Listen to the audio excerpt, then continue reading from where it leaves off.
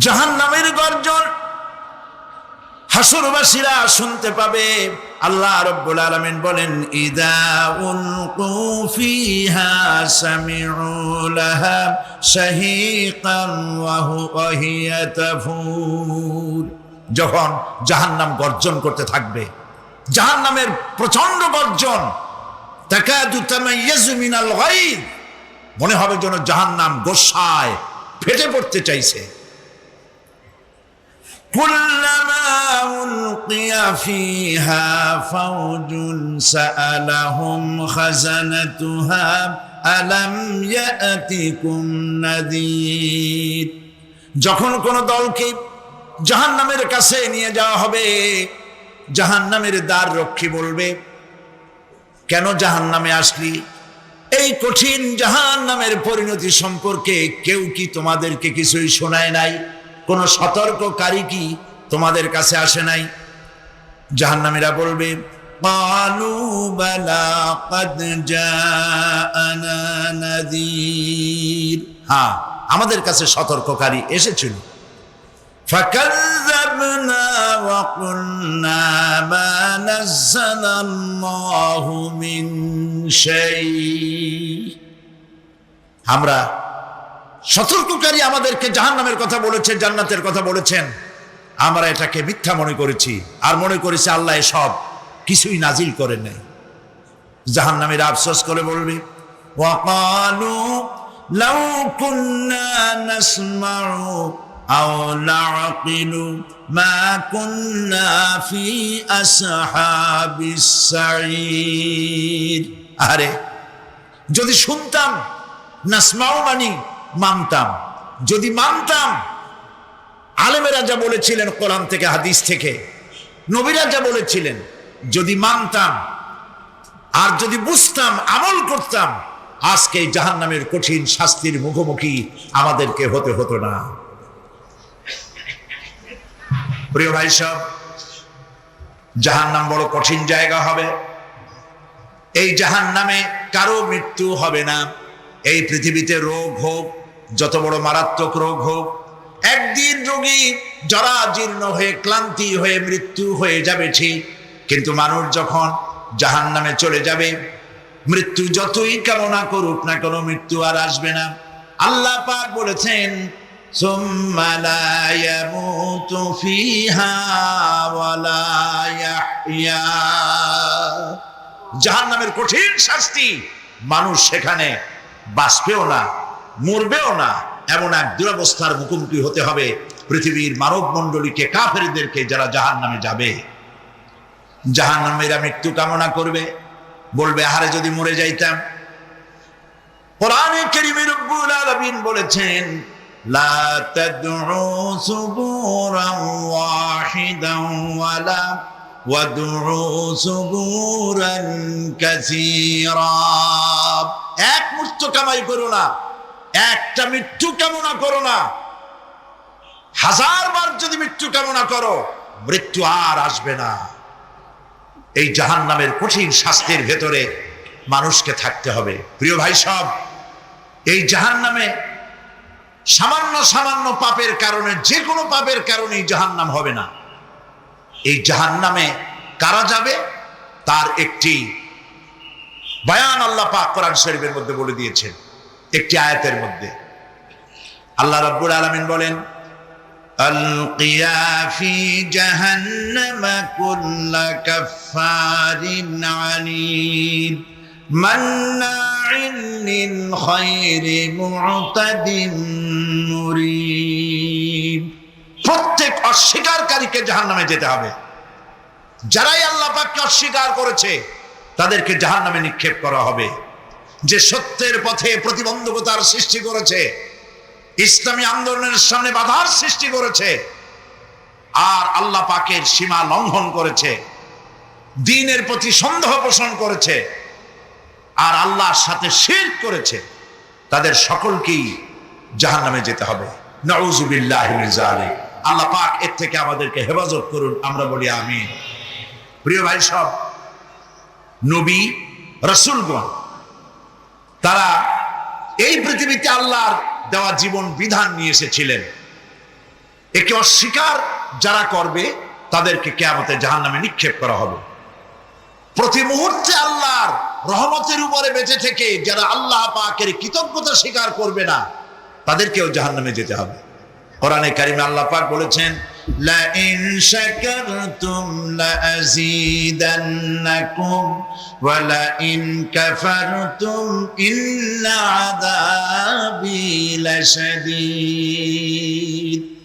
আমার নিয়ামতের কৃতজ্ঞতা যারা স্বীকার করবে, আমার নিয়ামতের শুকর যারা আদায় করবে, আমি তাদের নিয়ামতকে বাড়ায় দেব। আর যারা অস্বীকার করবে, শুকর আদায় করবে না, তাদের জন্য শাস্তি দেওয়া হবে। এই জন্য আল্লাহ পাকের নিয়ামতের শুকরিয়া আদায় করতে হবে। 2 নম্বরে আল্লাহ পাকের হুকুম আহকাম মেনে জীবন পরিচালনা করতে হবে। নবীরা আল্লাহ পাকের পক্ষ থেকে যে দ্বীন নিয়ে এসেছেন ওই দ্বীনের আনুগত্য করতে হবে, বিরোধিতা করা যাবে না। যারা ইসলামী আন্দোলনের বিরোধিতা করবে, আল্লাহর দ্বীন প্রতিষ্ঠার পথে যারাই বিরোধিতা করবে, জায়গা হবে কোথায়? জাহান্নাম। ভাই সব, জাহান্নাম বড় কঠিন হবে। সেদিন কেউ সুপারিশ করবে না, কোনো উপায় থাকবে না। কিয়ামতের ময়দানে আমলনামা ছেড়ে দেওয়া হবে। জাহান্নামীদের আমলনামা পেছন থেকে বা হাতে আসবে। কোরআনে কারিমে আল্লাহ পাক বলেন, ওয়া আম্মা মান উতিয়া কিতাবাহু বিশিমালিহি ফায়াকুলু ইয়া লাইতানি লাম উতা কিতাবিয়া। পেছন থেকে বাম হাতে যার আমলনামা আসবে, সে বলবে, আরে আমারে যদি কিতাবটা, আমার যদি আমলনামা না দেওয়াই হতো কত না ভালো হতো, আমার যদি হিসাব না নেওয়া হইতো কত ভালো হতো।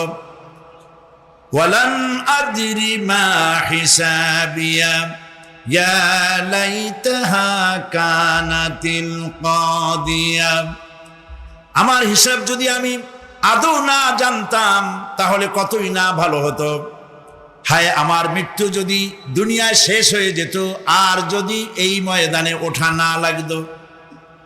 মা আগনা আন্নি মালিয়া হালাকা আন্নি সুলতানিয়া।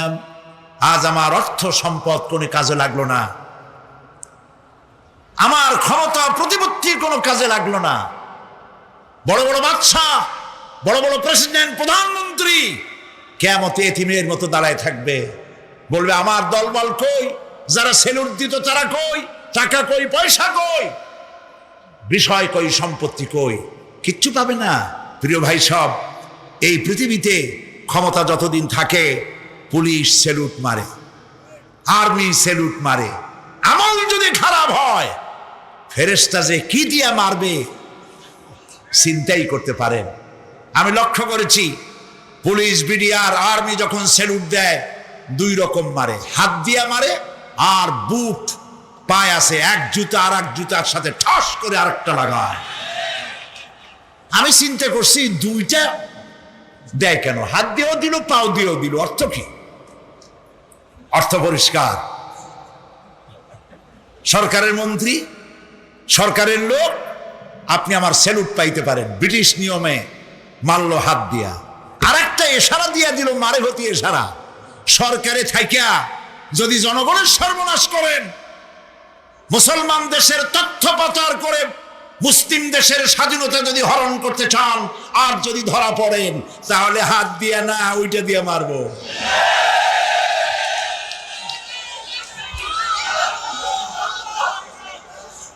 মানুষ কিয়ামতের ময়দানে রাজা বাদশা সব হয়রান হয়ে যাবে।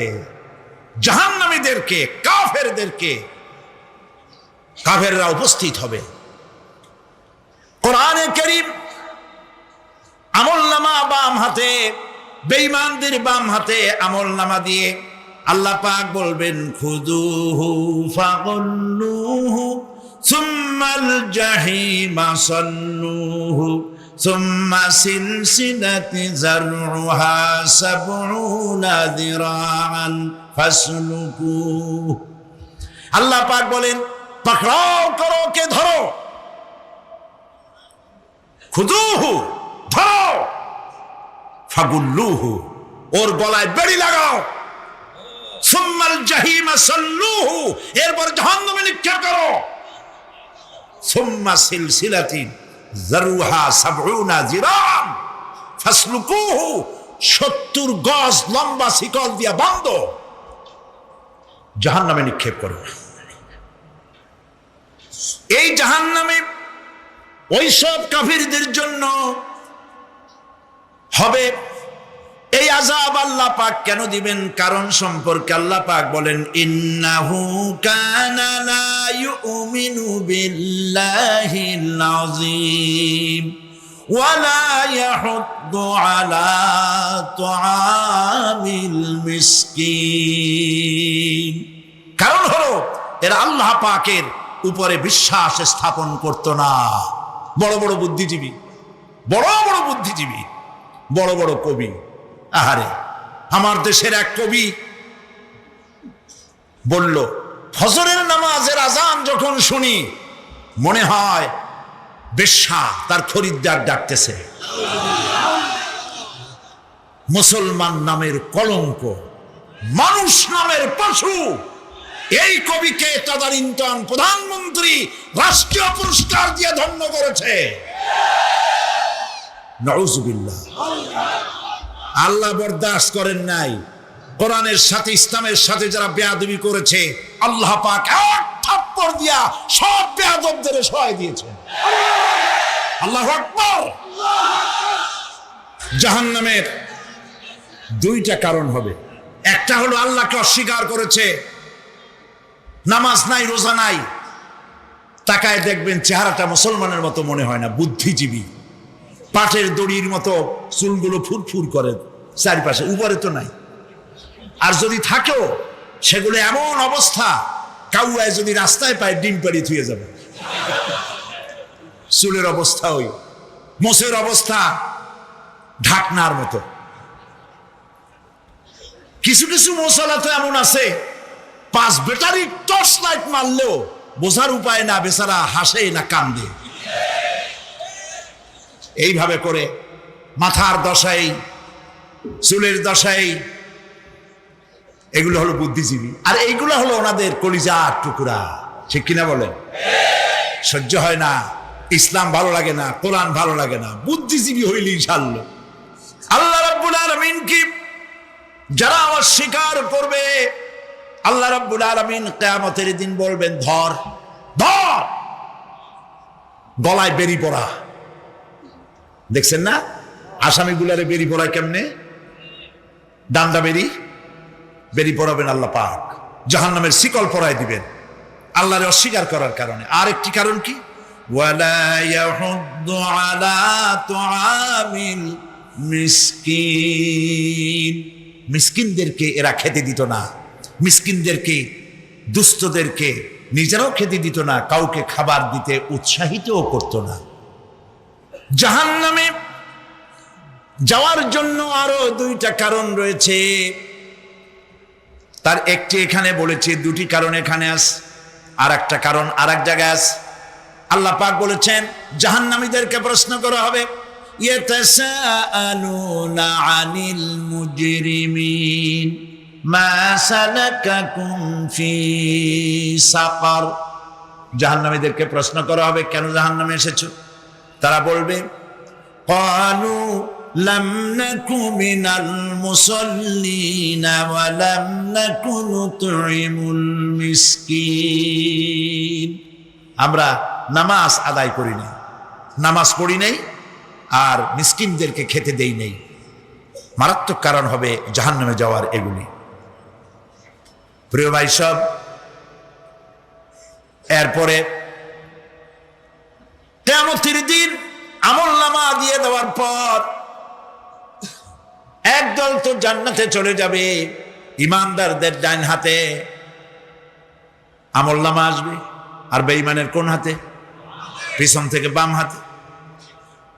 জাহান্নামীরা জাহান্নামে যাওয়ার পর তারা সেখানে বসে জান্নাতীদেরকে দেখতে পাবে।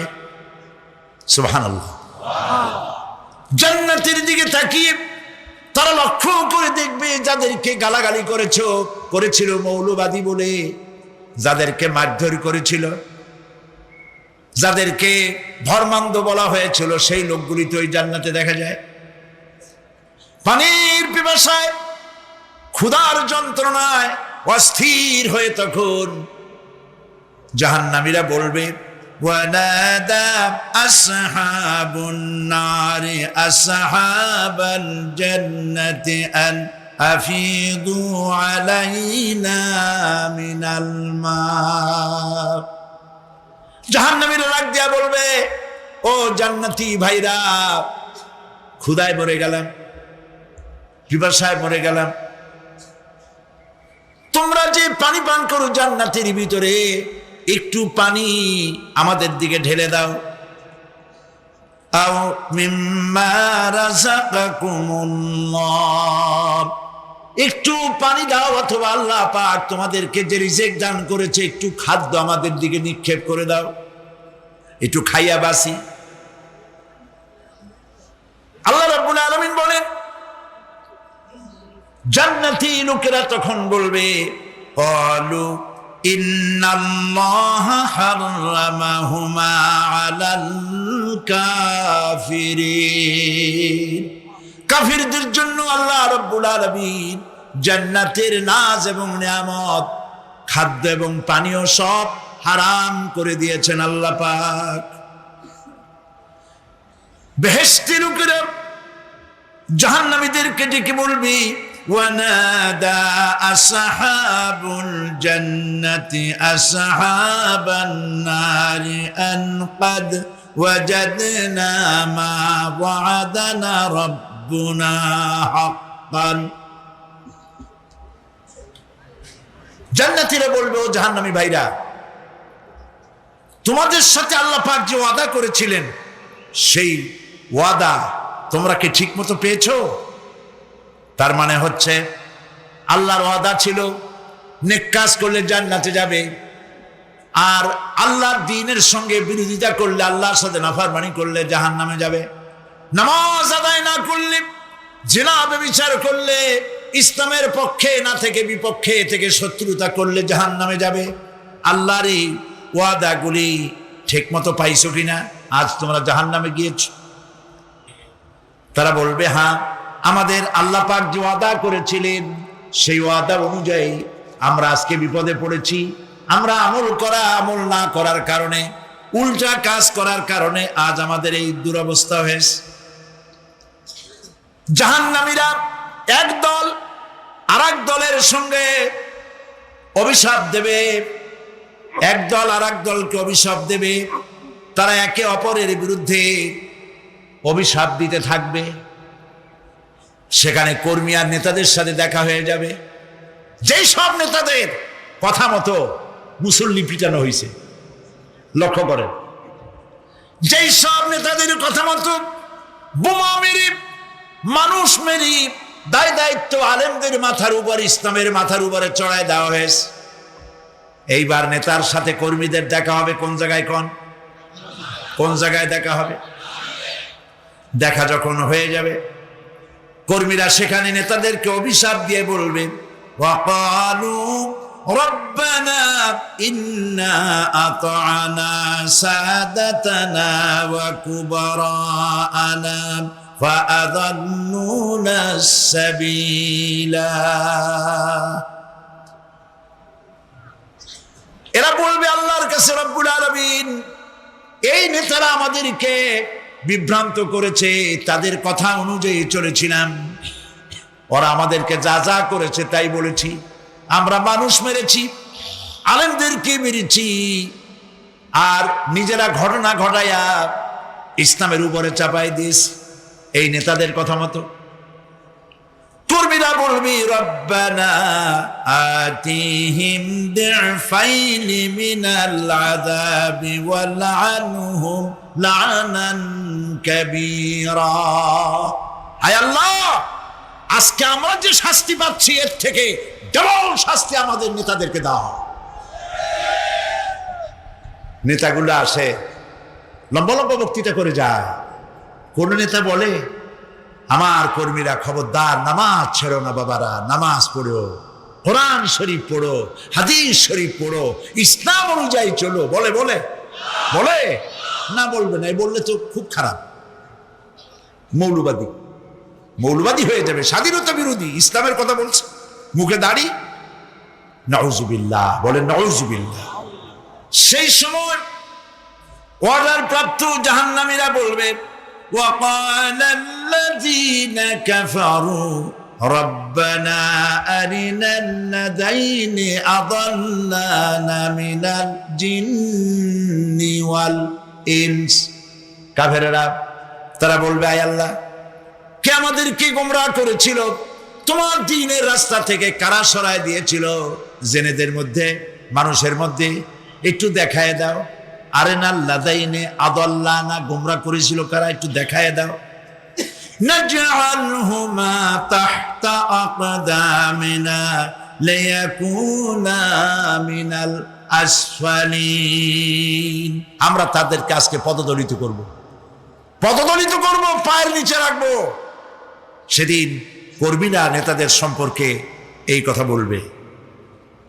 প্রিয় ভাই সব, সেই কিয়ামতের ময়দানে কেউ কারো কোনো উপকার করতে পারবে না, নেতাও পারবে না কর্মীর উপকার করতে, আর কর্মীরাও তো পারবেই না। এই জাহান্নামের ভিতরে নেতা কর্মীদের কথোপকথনের মধ্যেই শয়তানের সঙ্গে দেখা হয়ে যাবে। কার সাথে দেখা হবে? শয়তানের সাথে। এই যে কথাগুলি আমি বলছি, এগুলি গল্প, আমার বানানো কথা? চিল্লায় বলুন, কার কথা? প্রিয় ভাই সব, কান লাগায় শোনেন, ফায়দা হবে। আল্লাহ যেন আমাদের ফায়দা দেন, বলি আমিন। ভাইরা আমার, এখন তো শয়তান দেখা যায় না, দেখা যায়? এখন দেখা যায় না, দেখলেও বোঝা যায় না কি কায়দায় কোন শয়তান আসছে, বুঝবার উপায় নাই। জাহান্নামের মধ্যে শয়তানের সাথে দেখা হয়ে যাবে। শয়তানের কথা মানুষেরা শোনে, গুনাহ করে নিজে। কবি বলেছেন, क्या हंसी आती है मुझे हजरत इंसान पर, क्या हंसी आती है मुझे हजरत इंसान पर, फेल बत्तू खुद करे और लानत करे शैतान पर। খারাপ কাজ নিজে করে দোষ দেয় শয়তানের।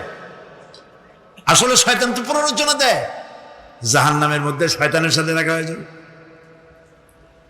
শয়তানকে যখন সবাই অভিযুক্ত করবে, তোর কারণেই তো জাহান্নামে এলাম, শয়তান তখন বলবে, ওয়াকালা শাইতানু লাম্মা কুদিয়াল আমরু ইন্নাল্লাহা ওয়া'আদাকুম ওয়া'দাল হক ওয়া ওয়া'আদতুকুম ফাখলাফতুকুম।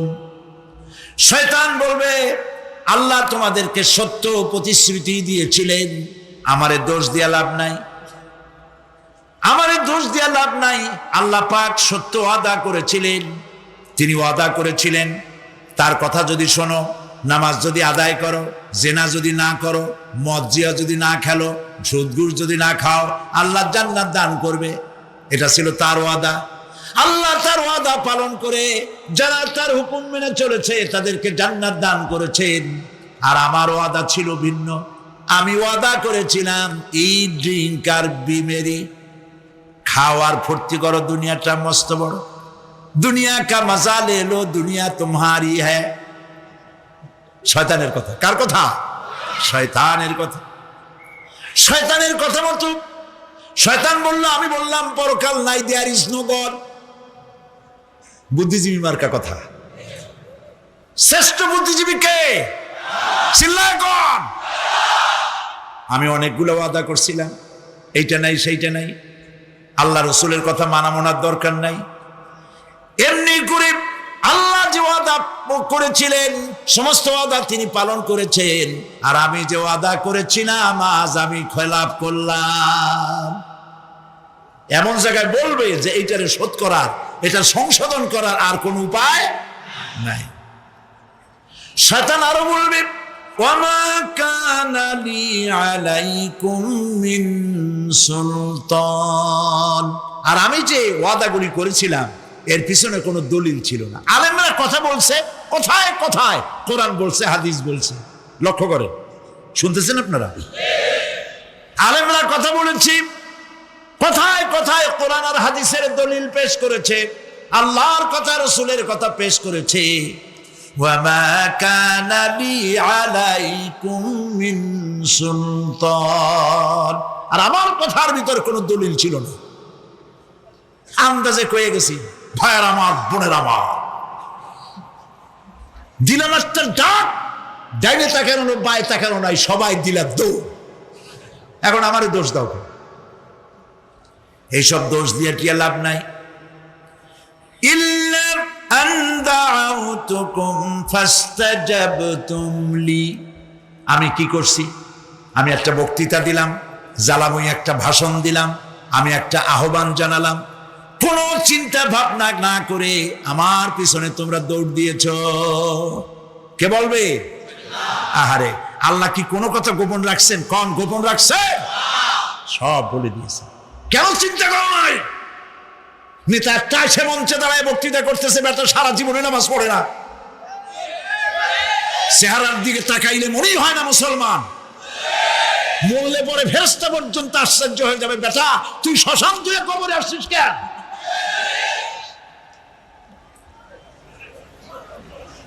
এগুলোর পিছনে দৌড়েছে তোমার ভাই, আমার ভাই, উল্লুক ভাই, ভাল্লুক ভাই।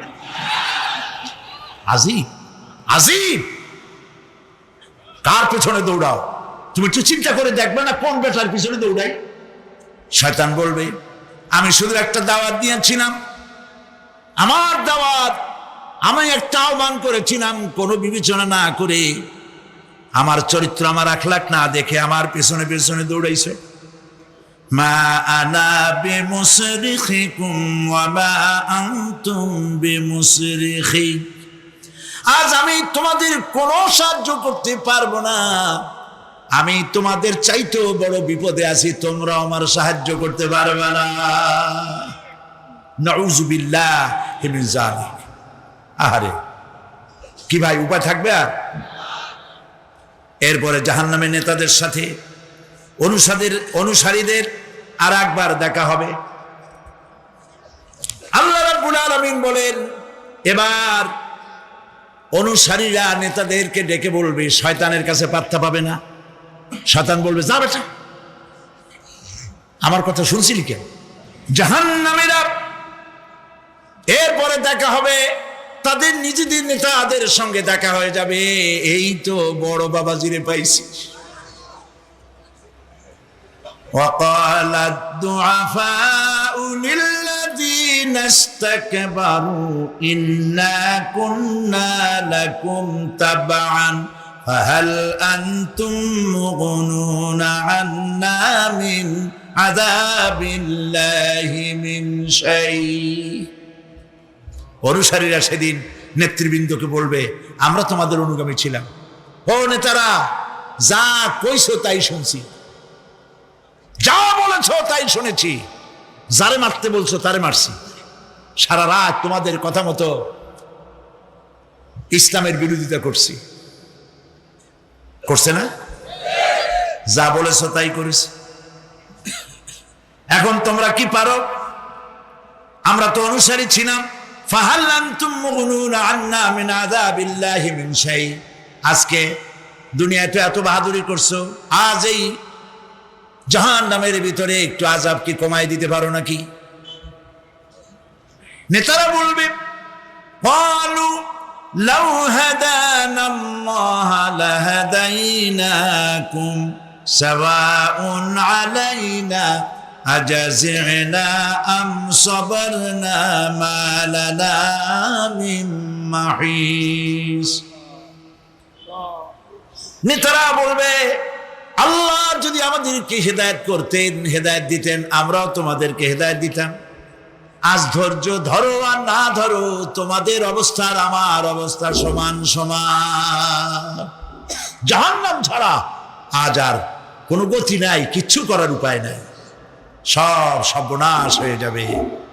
খাসিরাত দুনিয়া ওয়াল আখিরা যালিকা হুয়াল খুসরানুল মুবিন। এটাই হলো দিনও গেল, দুনিয়াও গেল, আমও গেল, সালাম, সব শেষ।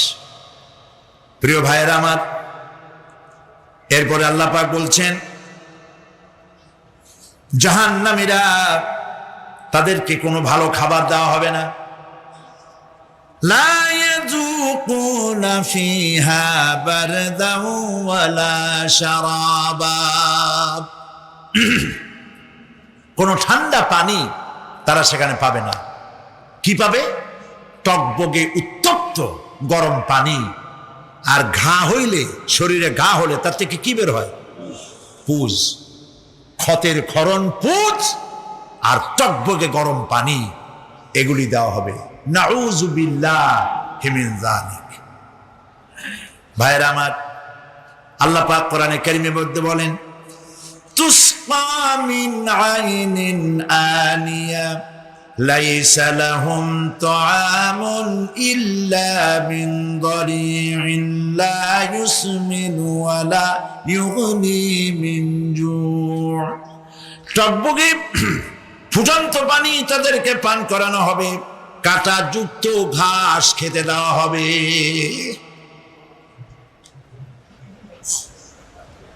এতে করে তাদের ক্ষুধা মিটবে না, দেহেরও কোনো পুষ্টি হবে না, ক্ষুধাও নিবৃত্ত হবে না। এরপরে তাদেরকে জাহান্নামের আগুন দিয়ে তাদের পোশাক বানানো হবে। নাউযুবিল্লাহ। জাহান্নামের পোশাক পরিয়ে দেওয়ার কারণে আল্লাহ পাক বলছেন শরীরটা পুড়ে ঝলসে যাবে।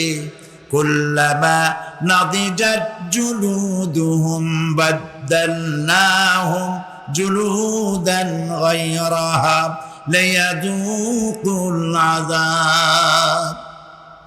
চামড়া পুড়ে শেষ হয়ে যাবে, আবার নতুন করে চামড়া পরানো হবে, যাতে করে শাস্তির তীব্রতা অনুভব করতে পারে।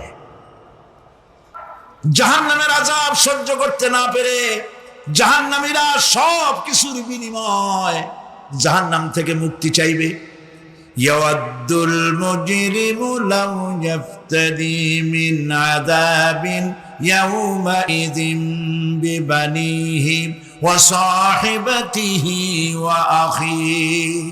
সেদিন অপরাধীগণ চাইবে তার স্ত্রী, তার আত্মীয় স্বজন, ভাই বোন, সাহায্যকারী, নিকটবর্তী পরিবার, সকলের বিনিময়, এমনকি ওয়ামান ফিল আরদি জামিআন, পৃথিবীর সব কিছু যদি তাকে দেওয়া হয়, তার বিনিময়ে সে জাহান্নাম থেকে মুক্তি পাওয়ার জন্য কাকুতি করবে, আপত্তি করবে, বাঁচার চেষ্টা করবে।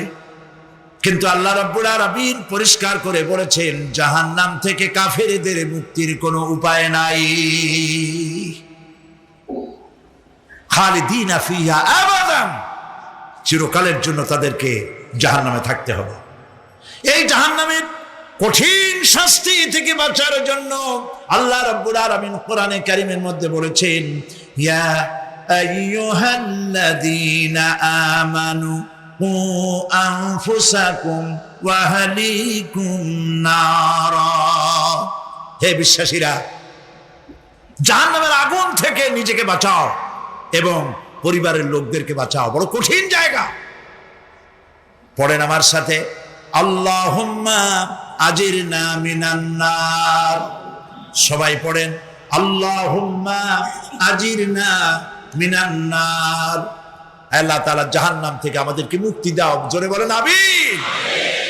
নবী কারীম সাল্লাল্লাহু আলাইহি ওয়াসাল্লাম বলেছেন মাগরিবের পরে 7 বার, ফজরের পরে 7 বার আল্লাহুম্মা আজিরনা মিনান নার পড়বেন, আল্লাহ পাক জাহান্নাম থেকে মুক্তি দিবেন।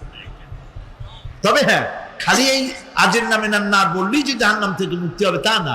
জাহান্নামে যাওয়া লাগে যেসব কাজ করলে সেই সব কাজ থেকে নিজে বাঁচো, আহল আয়াল রে বাঁচাও।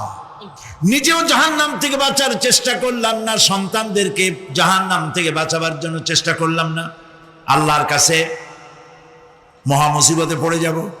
সেই জন্য আল্লাহ পাক বলছেন ইন্নাহুম কানু লা ইয়ারজুনা হিসাবা। এই লোকগুলি হিসাব নিকাশ যে দেওয়া লাগবে কিয়ামতের ময়দানে, এটা তারা আশাই করতো না, বিশ্বাসও করতো না যে হিসাব নিকাশ হবে কিয়ামতে। আল্লাহ পাক বলেন, ইন্নাল্লাযীনা কাযযাবু বিআয়াতিনা ওয়াস্তাকবারু আনহা লা তুফাত্তাহু লাহুম আবওয়াবাস সামাই ওয়ালা ইয়াদখুলুনাল জান্নাতা হাত্তা ইয়ালিজাল জামালু ফি সাম্মিল খিয়াত। আল্লাহ পাক বলছেন, যারা আমার আয়াতকে অস্বীকার করেছে, মিথ্যা মনে করেছে এবং অহংকার করেছে, আমাকে অমান্য করেছে, এই সমস্ত লোকগুলি, তাদের জন্য আকাশের দরজা খোলা হবে না, আর তাদের জন্য তারা জান্নাতেও যেতে পারবে না। একটি সূচের ছিদ্র পথে উষ্ট্র গমন করা সম্ভব। কথা বুঝতে পারছেন? সুয়ের ছিদ্র দিয়া একটা উট গমন করা সম্ভব, কিন্তু এই সমস্ত মানুষগুলি জান্নাতে যাওয়া এর থেকে অসম্ভব। কোনদিন এরা জান্নাতে যেতে পারবে না। ওয়া কুল্লা শাইইন আহসাইনাহু কিতাবা। আর আমি সমস্ত কাজগুলি, ওরা মনে করেছিল যে আমি বুঝি তাদের হিসাব নিকাশ রাখতেছি না, আমি গুইনা প্রত্যেকটি জিনিস হিসাব করে একটি কিতাবের মধ্যে লিপিবদ্ধ করে রেখেছিলাম। সুবহানাল্লাহ। প্রিয় ভাইয়েরা, আল্লাহ পাক আমাদের সঙ্গে ফেরেশতা দিয়েছেন। আল্লাহ পাক কোরআনে কারিমে বলেন, লাহু মুআক্কিবাতুম মিন বাইনি ইয়াদাইহি ওয়া মিন খালফিহি ইয়াহফাযুনাহু মিন আমরিল্লাহ। ইয়াহফাযুনা মিন আমরিল্লাহ। তোমার ডানে, তোমার বামে, তোমার সামনে, তোমার পশ্চাতে আমার ফেরেশতারা তোমাদেরকে ঘিরে আছে। ওয়া ইন্না আলাইকুম লাহাফিযিন কিরামান কাতিবিনা ইয়ালামুনা মা তাফআলুন। সম্মানিত লেখক তোমাদের সাথে লাগিয়ে দেওয়া হয়েছে, তোমরা যা করো সব তারা জানে, সমস্ত কথাগুলি রেকর্ড হয়ে যাচ্ছে। আল্লাহ রাব্বুল আলামিন বলেন, ওয়ায়ালামু মা ফিল বাররি ওয়াল বাহরি ওয়া মা তাসকুতু মিন ওয়ারাকাতিন ইল্লা ইয়ালামুহা। আল্লাহ পাক বলছেন, পানির ভিতরে কি হয়, স্থল ভাগে কি হয়, সব আমি জানি। এমনকি এই পৃথিবীর কোন একটি পাতা যদি, কোন গাছের পাতা যদি বৃন্তচ্যুত হয়ে ডাল থেকে খসে যদি মাটিতে পড়ে যায়, মোমেন বান্দারা যদি বিপদে পড়ে আর আমারে যদি ডাকে, আমি আল্লাহ রাব্বুল আলামিন বাঁচাইয়া দেব। মাজারে যাইও না, মাজারে যেও না, এই মাজারগুলি তোমাদেরকে কিচ্ছু দিতে পারবে না। বিশ্বাস করো মুসলমান, মাজারে চাদর দিও না, আগরবাতি দিও না, মোমবাতি দিও না, টাকা পয়সা দিও না। যে ব্যক্তি মারা গেছে তোমাকে কিচ্ছু দিতে পারবে না, পারবে না, পারবে না। আল্লাহু আকবার।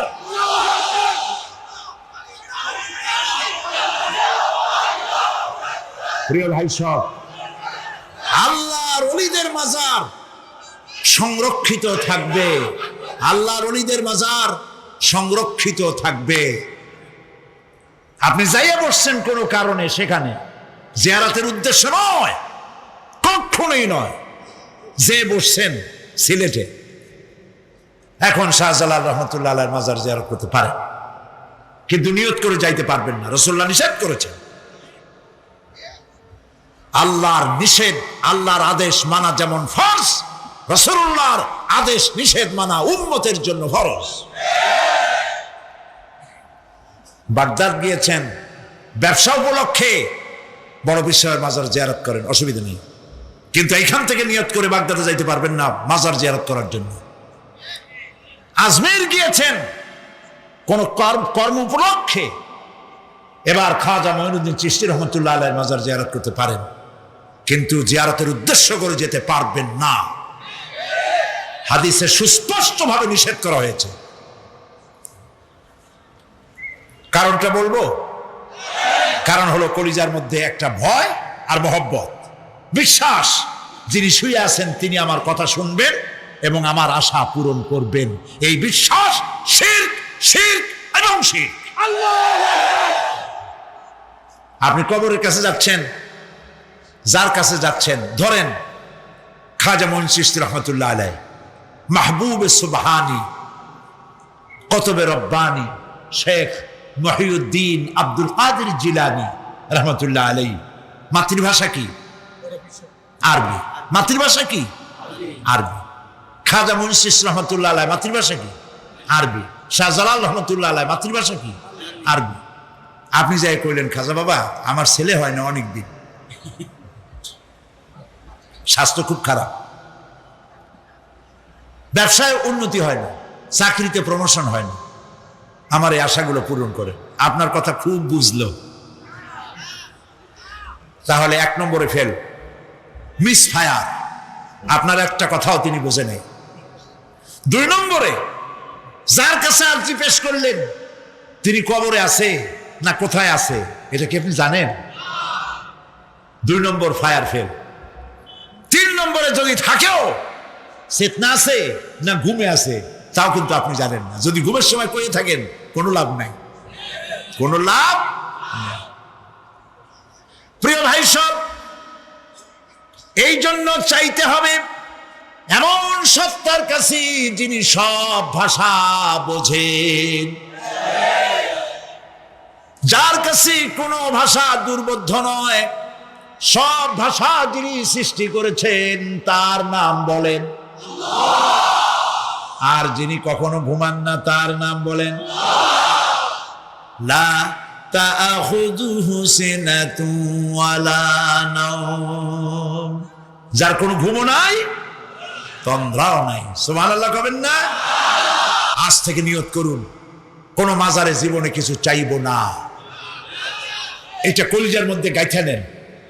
কোন মাজারে কোন মরা পীর, কোন জেতা পীর, কারো কাছে কিছু চাইবো না, চাবো শুধু এক আঙ্গুল আকাশের দিকে উঁচু করে জোরে বলেন কার কাছে? বলেন আল্লাহু আকবার। হাত নামান।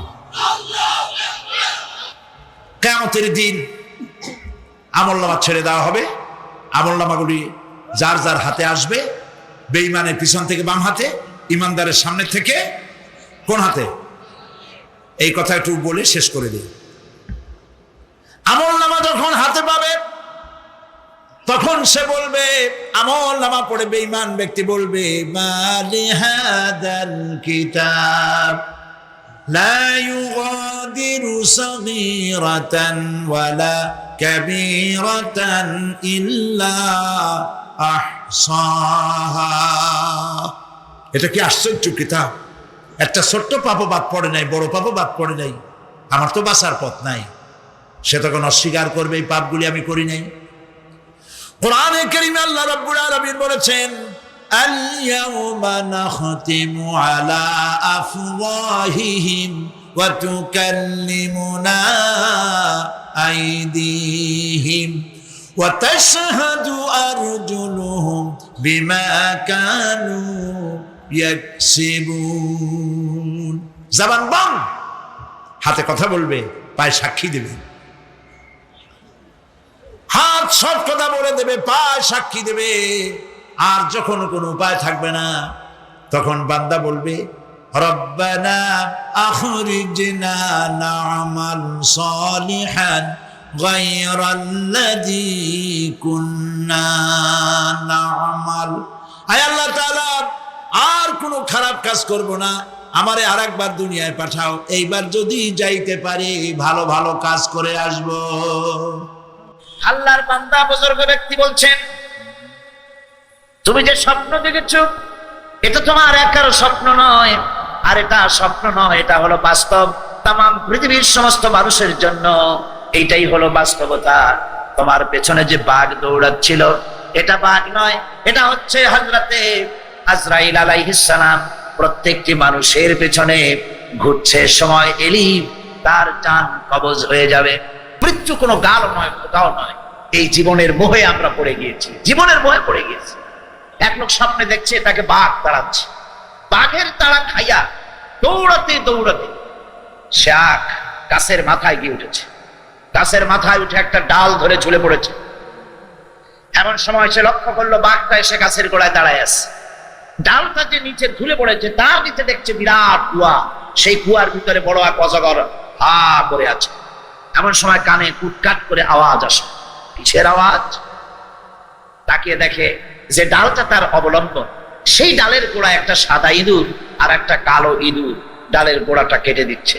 কারণ বিপদটা খুব কম না বেশি? জনমের বিপদ না?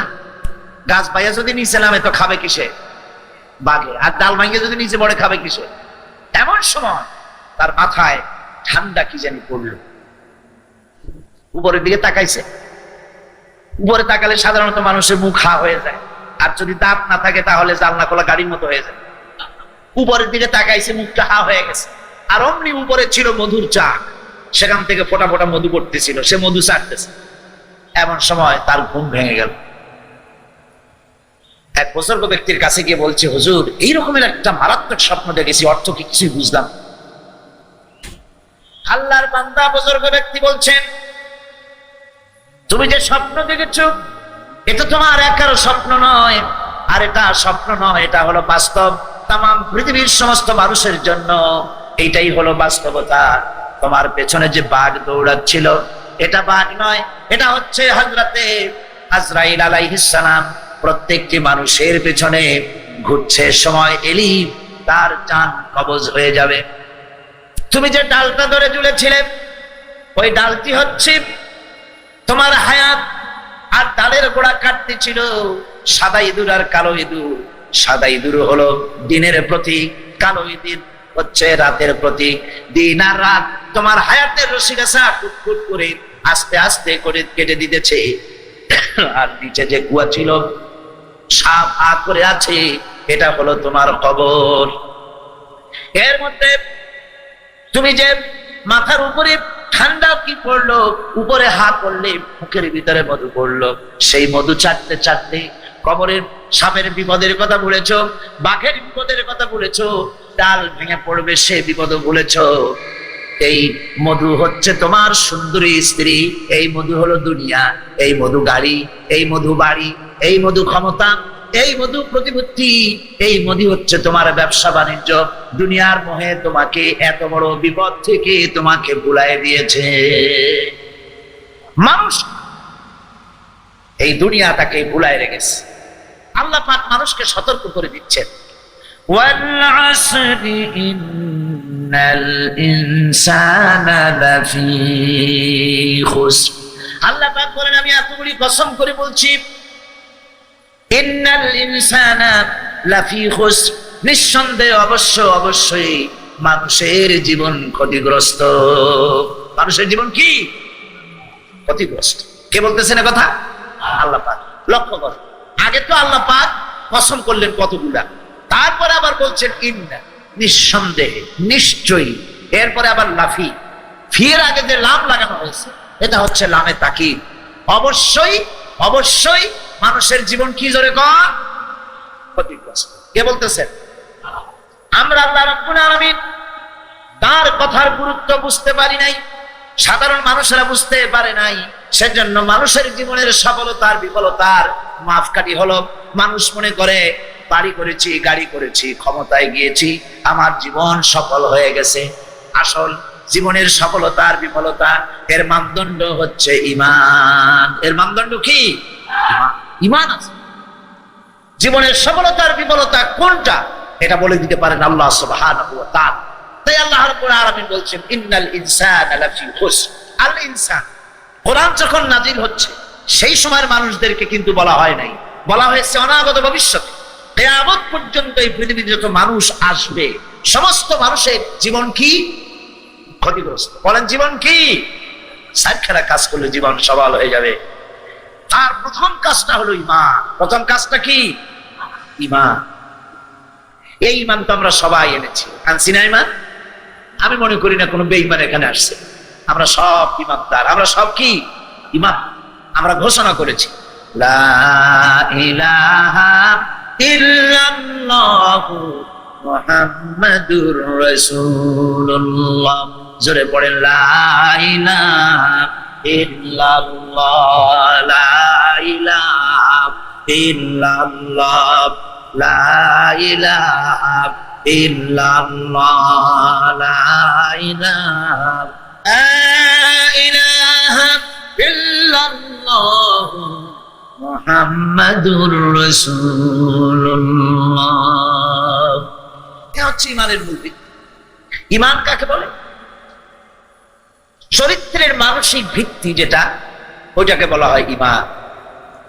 ইমান হচ্ছে আমনন ধাতু থেকে এর উৎপত্তি। এটার অর্থ হচ্ছে চরিত্রের মানসিক ভিত্তি, নির্ভীকতা এবং বিশ্বস্ততা, আল্লাহর উপরে পরিপূর্ণ বিশ্বাস এবং নির্ভীকতা। ইসলামে ইমানের গুরুত্ব সব চাইতে বেশি। ইসলামের সবচাইতে বেশি গুরুত্ব কোনটা? যদি প্রশ্ন করা হয় কোরআনে মজিদের দাওয়াতের মূল প্রতিপাদ্য কি, যদি প্রশ্ন করা হয় কি জবাব হবে? ঈমান। কোরআনের মূল দাওয়াত কি? ঈমান। কোরআনে কারীম অবতরণ এবং রাসূল কারীম সাল্লাল্লাহু আলাইহি ওয়াসাল্লামের আগমনের একমাত্র উদ্দেশ্য হচ্ছে ঈমানের দাওয়াত দেওয়া। কিসের দাওয়াত দেওয়া? কোরআনের ভাষায় শুনুন, কোরআনের ধারক বাহক সম্পর্কে আল্লাহ রাব্বুল আলামিন কোরআনে কারীমের মধ্যে বলেছেন, রব্বানা ইন্নানা সামি'না মুনাদিয়ান ইউনাদি লিল ঈমান। হে আমাদের রব, নিশ্চয়ই আমরা এমন একজন আহ্বায়কের ডাক শুনেছি, এমন এক আহ্বায়কের ডাকে আমরা সাড়া দিয়েছি যিনি আমাদেরকে ঈমানের আহ্বান করেছেন, যিনি আমাদেরকে ঈমানের ডাক দিয়েছেন। তিনি হচ্ছেন নবী মুহাম্মদ রাসূলুল্লাহ সাল্লাল্লাহু আলাইহি ওয়াসাল্লাম। কোরআনে হাকিম এক সুস্পষ্ট সীমারেখা টেনে পৃথিবীর মানুষকে দুটো শ্রেণীতে বিভক্ত করে দিয়েছে। পৃথিবীর মানুষ মূলত দুই শ্রেণীতে ভাগ। কয় শ্রেণী? নারী আর পুরুষ নয়, সাদা আর কালো নয়। মূলত পৃথিবীর মানুষকে দুইটা ভাগে বিভক্ত করা হয়েছে। এক হচ্ছে ঈমান আনয়নকারী, ঈমান পোষণকারী, আর এক হচ্ছে অবিশ্বাসী। এই দুইটা শ্রেণী পৃথিবীতে। কয়টা শ্রেণী হলো? দুটি শ্রেণী। ঈমান পোষণকারী যারা, তারা হচ্ছে সত্যশ্রায়ী, তারা জ্ঞান এবং নূরের সম্পদে তারা ধন্য। আর যারা অপর দলটি যারা, তারা হচ্ছে মূর্খ, হেদায়েতের রাস্তা তাদের জন্য অবরুদ্ধ। আর যারা ঈমান এনেছে তাদের জন্য হেদায়েতের রাস্তা উন্মুক্ত। এই দুটি ভাগ সম্পর্কে, দুটি দল সম্পর্কে আল্লাহ পাক কোরআনে কারিমে বলছেন, মাসালুল ফারিকাইনি কাল আ'মা ওয়াল আসাম্মি ওয়াল বাসীরি ওয়াস সামি' হাল ইয়াস্তাবিয়ানি মাসালান আফালা তাযাক্কারুন। এই দুই শ্রেণীর লোকদের দৃষ্টান্ত এরূপ, যেমন একটি লোক কথাও বলতে পারে, কানেও শোনে, আর অপর লোকটি কথাও বলতে পারে না, কানেও শোনে না।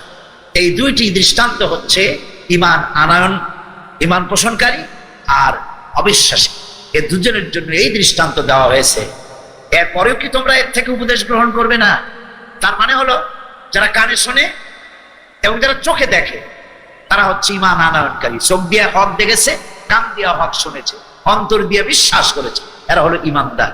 আর তারা বেঈমান, তারা দেখেও দেখে না, শুনেও শোনে না। আকাশ দেখে কয় ওটা একটা নীলা নীলা দেখা যায়, আসলে আকাশ বলতে কিছু নাই। সুতরাং ঈমান ও কুফরের মধ্যে পার্থক্যের ফলে গোটা মানব জাতির মধ্যে সুস্পষ্ট ভাবে পার্থক্য সূচিত হয়ে গেছে। ঈমান এবং বেঈমান এর মধ্যে পার্থক্য হয়েই গেছে। কোরআনে কারিমে রব্বুল আলামিন বলেন, লা ইকরাহা ফিদ্দীন ক্বাদ তাবায়্যানার রুশদু মিনাল গায়। দ্বীনের ব্যাপারে কোনো জোর জবরদস্তি নাই। আর হেদায়েত আর গোমরাহি একে পৃথক করে দেওয়া হয়েছে। হেদায়েতের পথ কোনটা আর গোমরাহির পথ কোনটা, কোনো প্রচ্ছন্ন নাই, কোনো অন্ধকার নাই, খুব কষ্ট করে মানুষের সামনে তা তুলে ধরা হয়েছে। فمن يكفر بالطاغوت ويؤمن بالله فقد استمسك بالعروة الوثقى لا انفصام لها والله سميع عليم فمن يكفر بالطاغوت এখন যে ব্যক্তি তাগুতকে অস্বীকার করবে এবং আল্লাহর উপর ঈমান আনবে সে তো এমন রজ্জু অবলম্বন করলো যে রজ্জু কখনো ছিড়বার নয়, কখনো ধ্বংস করার নয়, কেউ তাকে ধ্বংস করতে পারবে না, বিচ্ছিন্ন করতে পারবে না, যে তাগুতকে অস্বীকার করে আল্লাহর প্রতি ঈমান এনেছে। তাগুত হচ্ছে সেই শক্তি যে শক্তি শুধু আল্লাহর আইন নিজেই অমান্য করে না, অন্যদেরকেও অমান্য করতে বাধ্য করে, সেটাকে বলা হয় তাগুত। আরবিতে তাগুত শব্দ বুঝাবার জন্য এরকম বলা হয়, দরিয়ার ভিতরে পানি যখন দুই কূলের সীমারেখা ঠিক রেখে জোয়ার ভাটা হয় তখন বলা হয় পানি দরিয়ার আইন কানুন মেনে চলছে। আর যখন এই পানি দুই কূল উপচে এলাকাগুলিকে প্লাবিত করে দেয় তখন আরবিতে এটাকে বলা হয় তগাল বাহা, অর্থাৎ দরিয়ার ভিতরে সীমা লঙ্ঘনকারী শক্তি সৃষ্টি হয়েছে। আল্লাহু ওয়ালিয়্যুল্লাযীনা আমানু ইউখরিজুহুম মিনাজ-যুলুমাতি ইলান-নূর। যারা ঈমান এনেছে আল্লাহ রাব্বুল আলামিন হচ্ছেন তাদের জন্য অভিভাবক, আল্লাহ রাব্বুল আলামিন তাদের জন্য হচ্ছেন অভিভাবক, আল্লাহ তাদেরকে বন্ধু এবং অভিভাবক হচ্ছেন আল্লাহ পাক। আল্লাহ পাক ঈমানদারদেরকে অন্ধকারের ভিতর থেকে টেনে আলোর দিকে তাদেরকে বের করে আনেন। والذين كفروا أولياؤهم الطاغوت يخرجونهم من النور إلى الظلمات। আর যারা মহাসত্যকে অস্বীকার করেছে তাদের অভিভাবক হচ্ছে তাগুত, তাদের অভিভাবক হচ্ছে সীমা লঙ্ঘনকারী শক্তি, আর এই তাগুত তাদেরকে আলোর ভিতর থেকে বের করে অন্ধকারে নিয়ে যায়। উলাইকা আসহাবুন নার হুম ফিহা খালিদুন। এরা হচ্ছে জাহান্নাম। এরা কোথায় যাবে? জাহান্নামে যাবে, চিরকাল এই জাহান্নামে তাদেরকে থাকতে হবে। এখন যে ঈমানের এত বড় গুরুত্ব, সেই ঈমানের পরিচয়টা কি সে পরিচয় জানা দরকার না জানা দরকার নেই? বলেন জানা দরকার কিনা? অবশ্যই জানা দরকার।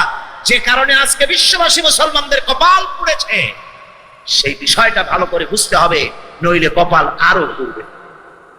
ঈমানের পরিচয়টা কি? সত্যিকারের ঈমানদার তার পরিচয় হচ্ছে ইন্নামাল মুমিনুনা আল্লাযীনা আমানু বিল্লাহি ওয়া রাসূলিহি সুম্মা লাম ইয়ারতাবু। সত্যিকারের মুমিন যারা, তারা হচ্ছে ওই সব লোক যারা আল্লাহর উপরে ঈমান এনেছে, রাসূলের উপরে ঈমান এনেছে, আর এরপরে বিন্দু মাত্র সন্দেহের প্রশ্রয় দেয়নি। কথা বুঝতে পেরেছেন? সন্দেহের বিন্দু মাত্র প্রশ্রয় দেয়নি। আল্লাহর উপরে বিশ্বাস করেছে কিভাবে? এইভাবে করেছে, খায়রিহি ওয়া শাররিহি মিনাল্লাহি তাআলা। আমার ভালো আমার মন্দ কে করতে পারে? এতে বিন্দু মাত্র সন্দেহ নেই। আছে সন্দেহ? যাদের সন্দেহ আছে যে আল্লাহ ছেলে দিতে পারে না, মেয়ে দিতে পারে না, ওরাই তো মাজারে যায়, ঠিক কিনা?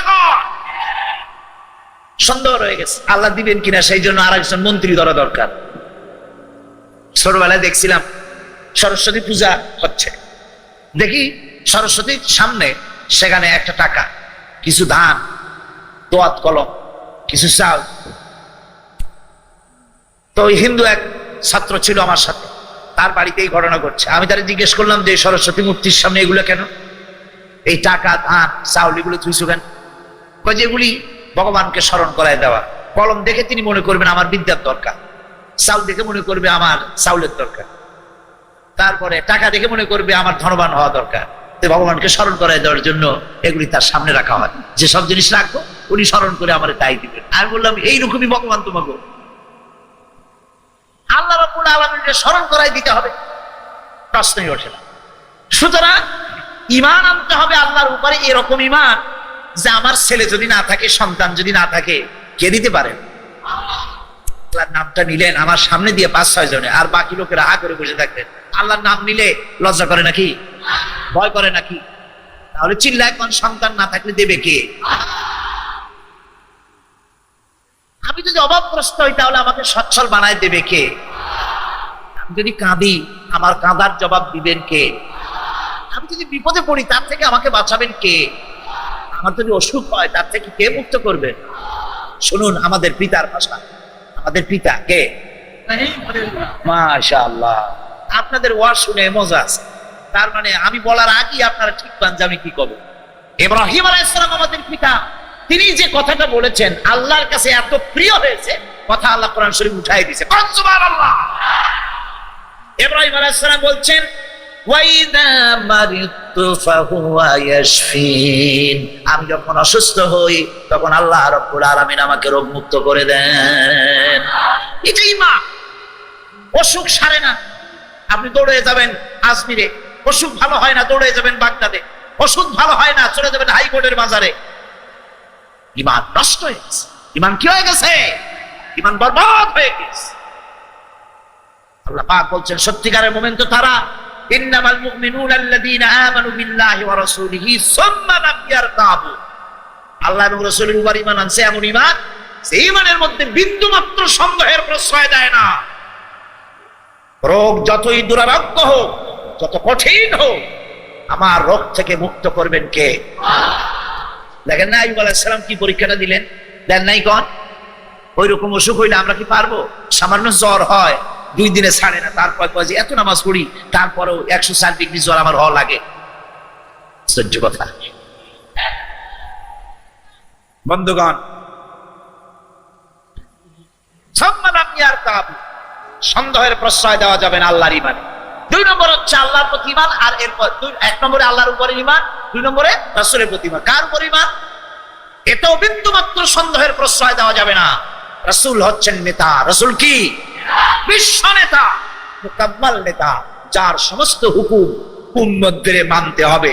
উম্মতদের রাসূলের হুকুম মানা সুন্নাত না নফল? মাশাআল্লাহ, পরীক্ষা পাস করছেন আপনারা। রাসূলের হুকুম মানা নফল নয়, সুন্নাত নয়, ওয়াজিব নয়। রাসূলের হুকুম মানা আল্লাহর হুকুম মানার মতোই ফরজ, এবং তা আল্লাহর কথা অনুযায়ী। মা আতাকুমুর রাসূলু ফাখুযুহু ওয়া মা নাহাকুম আনহু ফান্তাহু। আল্লাহ পাক বলেছেন তোমাদের রাসূল তোমাদের জন্য যা এনেছেন, যা হুকুম করেছেন আঁকড়ে ধরো, আঁকড়ে ধরো, আর যা নিষেধ করেছেন তার থেকে ফিরে থাকো। রাসূলের হুকুম মানা আল্লাহর হুকুম অনুযায়ী, এ ব্যাপারে সন্দেহ করা যাবে না। আইনদাতা, আইন প্রণেতা, শরীয়ত প্রণেতা, বিশ্ব নেতা মুহাম্মদ রাসূলুল্লাহ সাল্লাল্লাহু আলাইহি ওয়াসাল্লাম, বিন্দুমাত্র সন্দেহ করলে চলবে না। আর রাসূল যে ফয়সালা দিয়েছেন সেই ফয়সালার সামনে দ্বিধা দ্বন্দ্বে ভোগা যাবে না। এটা রাসূল বলেছেন, এখন এটা কি করা যায়? বর্তমান যুগ তো এরকম হয় না, একটু চিন্তা ভাবনা করে দেখতে হবে। এরকম বলা যাবে? যাবে না। রাসূল বলেছেন কোন প্রশ্ন করার অধিকার কোন মুমিন পুরুষ, কোন মুমিনা নারীর এই অধিকার নাই। রাসূলুল্লাহ এই কথা বললেন কেন? এই প্রশ্ন করার অধিকার যখনই শুনবেন আল্লাহ রাসূল বলেছেন, মাথাটা নিচু করে দেবেন, বলবেন সামি'না ওয়া আতা'না, শুনলাম আর মেনে নিলাম। সুবহানাল্লাহ। রাসূলের কাছে এক ইহুদি গিয়ে মুসলমানের বিরুদ্ধে নালিশ করছিল। সেই মুসলমান তার কথা শুনে রাসূল কারীম সাক্ষ্য প্রমাণ নিয়ে তারপরে তিনি ফয়সালা করলেন, ইহুদির পক্ষে রায় দিয়ে দিলেন। রায়টা মুসলমানের বিপক্ষে চলে গেল। মুসলমান বেচারা নারাজ হয়ে গেলেন। তিনি চলে গেলেন হযরত ওমর ফারুক রাদিয়াল্লাহু তাআলা, তার কাছে গিয়ে বলছেন, ভাই ওমর, একটা বিচারের সানি করতে আসছি তোমার কাছে। আমার কাছে সানি আসছো? প্রথম গিয়েছিলা কার কাছে? গিয়েছিলাম রাসূল কারীম সাল্লাল্লাহু আলাইহি ওয়াসাল্লামের কাছে। শুনি হযরত ওমরের চোখ এরকম হয়ে গেছে। আরে তুমি গেছো তার কাছে, প্রথম বিচার পাইছো, তারপর আমার কাছে সানি করতে আসছো, বিষয়টা কি? তার কাছে গেলাম, যাওয়ার পরে উনি সব শুনে মিলে ইহুদি আমার বিরুদ্ধে কেস করছে, উনি ইহুদির পক্ষে রায় দিলেন। একটা কথা হইলো, আমি মুসলমান, আমি চান্দা দিই, নামাজ পড়ি, জিহাদে যাই, আর রায়টা তো আমার পক্ষে হওয়ার কথা, অথচ হুজুর রায় দিলেন ইহুদির পক্ষে। আপনি এসব ব্যাপারে ভালো বুঝেন, সেই জন্য আপনার কাছে আসছি, বিচারের একটু সানি করি। হযরত ওমর বলছেন, খুব ভালো জায়গায় আসছে, অপেক্ষা করো। বাড়ির মধ্যে গিয়ে তরবারি খান নিয়ে আসছেন, তরবারি খাপ থেকে বের করেছেন। আল্লাহর ওমর বলছেন, আল্লাহর বান্দা শোনো, রাসূল কারীম সাল্লাল্লাহু আলাইহি ওয়াসাল্লাম কোন বিষয়ে ফয়সালা দেওয়ার পর সেই ফয়সালা মাথা নত করে যে ব্যক্তি মানতে পারে না, তার ফয়সালা এরকম করে করে দিতে হয়।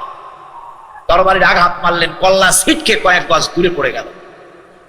এর অর্থ হলেই যে ব্যক্তি মুসলমান দাবি করে আর এরপরে ইসলামকে অস্বীকার করে, নবীকে নেতা হিসাবে তার সমস্ত বক্তব্য মানতে রাজি হয় না, পৃথিবীতে বেঁচে থাকার অধিকার তার নাই। সুতরাং ইমান হবে এমন ইমান আল্লাহ এবং রাসূলের উপরে, সেই ইমানের ভেতরে বিন্দু মাত্র সন্দেহকে প্রশ্রয় দেওয়া যাবে না। সলিড ইমান। কি ইমান হবে? ইমান হচ্ছে মুসলমান হওয়ার ফাউন্ডেশন। মুসলমান হওয়ার জন্য, বেহেশতে যাওয়ার জন্য ফাউন্ডেশন কি? ইমান। এই যে পাশের বিল্ডিংটা, এই বিল্ডিং এর ফাউন্ডেশন যদি জিনজিরা মার্কা সিমেন্ট দেওয়া হয়, জিনজিরা কেউ থাকলে রাগ করবেন না। জিনজিরা মানুষের যথেষ্ট বুদ্ধি আছে, আসল বাইরে আবার আগেই নকল তৈরি করেন। বুদ্ধির প্রশংসা করতে হয়।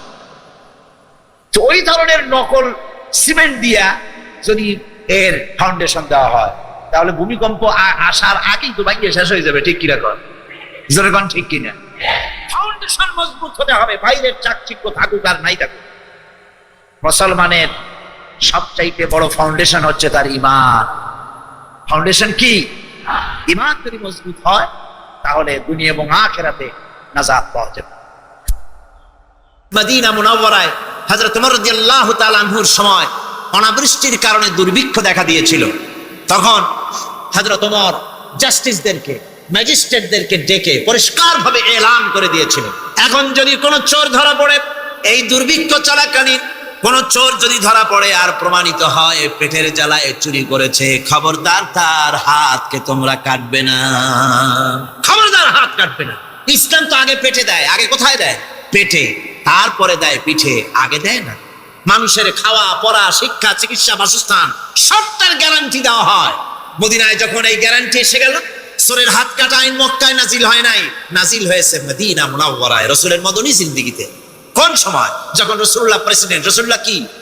যখন রাসূলুল্লাহ কি রাষ্ট্রপতি, সেই সময় মানুষ দরজা খুলে ঘুমাবার সুযোগ পেল, খাওয়া, পড়া, শিক্ষা, চিকিৎসা, বাসস্থানের গ্যারান্টি পেল। এই সময় আল্লাহ রাব্বুল আলামিন তিনি যখন দেখলেন ইসলামী সমাজ ব্যবস্থা কোরআনের আইনের মাধ্যমে মানুষ সব রকমের নিরাপত্তা লাভ করেছে, পেটের সমস্যার সমাধান হয়ে গেছে, তখন আল্লাহ আইন জারি করলেন, আস-সারিকু ওয়াস-সারিকাতু ফাকতাউ আইদিয়াহুমা, চোর পুরুষ হোক আর নারী হোক উভয়ের হাত কেটে দাও। পুরুষ হোক আর নারী হোক, এখন উভয়ের হাত কেটে দাও। দৃষ্টান্তমূলক শাস্তি হোক, যাতে করে এই চুরি আর কেউ না করে। পেটে খাবার আছে, চাকরি আছে, ওষুধ আছে, শিক্ষা আছে, থাকার মতো জায়গা আছে, এখন চুরি করো কেন? তাহলে বোঝা যাবে এটা নেশায় পরিণত হয়েছে। কি হয়েছে? নেশা। তখন তো আর চোরকে বসায় সেলুট মারা আর যাবে না, এখন হাতটা কাটিয়া একটা শাস্তি দিয়ে দাও। আমাদের দেশে কিন্তু চোরের হাত কাটা আইনের ব্যাপারে কোনো চোরেরা আজ পর্যন্ত মিছিল করে না। বাংলাদেশের কোন ছোট ছোট চোর, যেমন তাল চোর, বেল চোর, কচু চোর, ছাতি চোর, জুতা চোর, আরো যত ছোট ছোট চোর, এই সব চোরেরা কি কোনোদিন মিছিল করেছে যে চোরের হাত কাটা আইন মানি না, মানবো না? বলেছে কেউ? কিন্তু এই আইনের বিরুদ্ধে সোচ্চার কারা? কোন চোরেরা? নিশ্চয়ই ছোট চোরেরা, বড় চোর যারা তাল বেল চুরি করে না, বরং কলমের খোঁচা দিয়া সরকারের, জনগণের লক্ষ কোটি কোটি টাকা পকেটস্থ করেন মেহেরবানি করে। ওইসব তারা মনে করেন যদি এই আইন চালু হয়ে যায় তাহলে তালচোর বেলচোরের তো কোনো ক্ষতি নাই, ইসলামী রাষ্ট্র চালু হলে পরে তো সকলের পেটে ভাত আসবে, ওই তাল বেল আর চুরি করা লাগবে না, তাদের তো সুবিধা। কিন্তু মুসিবতটা তো আমাদের হবে। বেশি খাইয়ে খাইয়ে জিব্বা পুরু হয়ে গেছে, এখন ওই বেশি খাইতে না পারলে বদভ্যাস চালু হয়ে যাবে, চুরি করতে যখন যাইবে তখন এই আইন তো বিসমিল্লাহ হবে আমাদের দিয়া। এই জন্য ওনারাই বিরোধিতা করেন চরম ভাবে।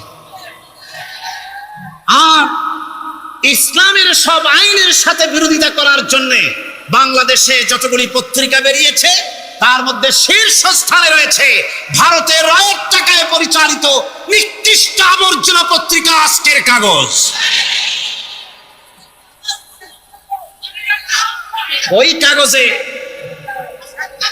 এই কাগজে একটা প্রবন্ধ লেখা হয়েছে আজ, সেই প্রবন্ধে লেখা হয়েছে ধর্মভিত্তিক রাজনীতি এমনি এমনি নিষিদ্ধ করা যাবে না, সম্ভব হবে না, এটাকে একেবারে গোড়া থেকে উপড়ে ফেলে দিতে হবে। বাঙালির আবদা, ভারতের টাকা নিয়ে লাফালাফি করছে আজকে তারা। বাংলাদেশ থেকে ধর্মভিত্তিক রাজনীতি নিষিদ্ধ ঘোষণার জন্য পায়তারা চালাচ্ছে এই পত্রিকার মাধ্যমে।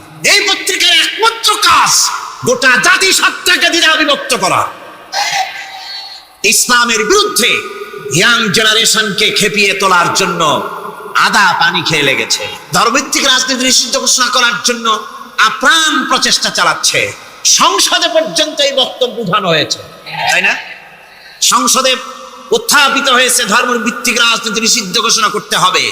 আমি বলেছি ধর্মভিত্তিক রাজনীতি নিষিদ্ধ ঘোষণা করে ফেলেছিল রাশিয়া। রাশিয়ার যেই পার্লামেন্টে বসে ধর্মভিত্তিক রাজনীতি নিষিদ্ধ ঘোষণা করা হয়েছিল, যে পার্লামেন্টের ঘোষণার বলে লক্ষ লক্ষ মুসলমানদেরকে জবাহ করা হয়েছে রাশিয়ায়, যে পার্লামেন্টের ঘোষণার বলে মসজিদ মাদ্রাসা ভেঙে চুরে একাকার করে দেওয়া হয়েছিল রাশিয়ায়, যেই পার্লামেন্টে বসে আলেম ওলামা পীর দরবেশদেরকে হত্যা করার জন্য নির্দেশ দেওয়া হয়েছিল রাশিয়ার যে পার্লামেন্ট থেকে, সেই দেশ আজ আর আস্ত নাই, দেশটা টুকরা টুকরা হয়ে গিয়েছে।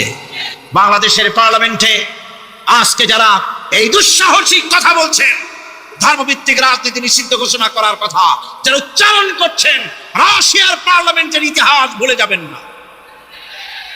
বাংলাদেশে 11.5 কোটি তাওহীদি জনতার তাওহীদি রক্ত, তাওহীদি চেতনা সমস্ত শরীরে মাথায় আর রগ রেশায় টকবক করছে। ইসলামী চেতনা, ইসলামের রক্ত। এই মুসলমানদের সাথে আগুন নিয়ে খেলা করার চেষ্টা করো না। আমার বন্ধুগণ, কোরআনের আইন বন্ধ করার ক্ষমতা কারো নাই। এই আইন চালু হলে পরেই শান্তি আসবে। ওরা বিরোধিতা করছে, ওরা বলছে চোরের হাত কাটা আইন, এটা হচ্ছে একটা অমানবিক ব্যাপার। আইনটা কার?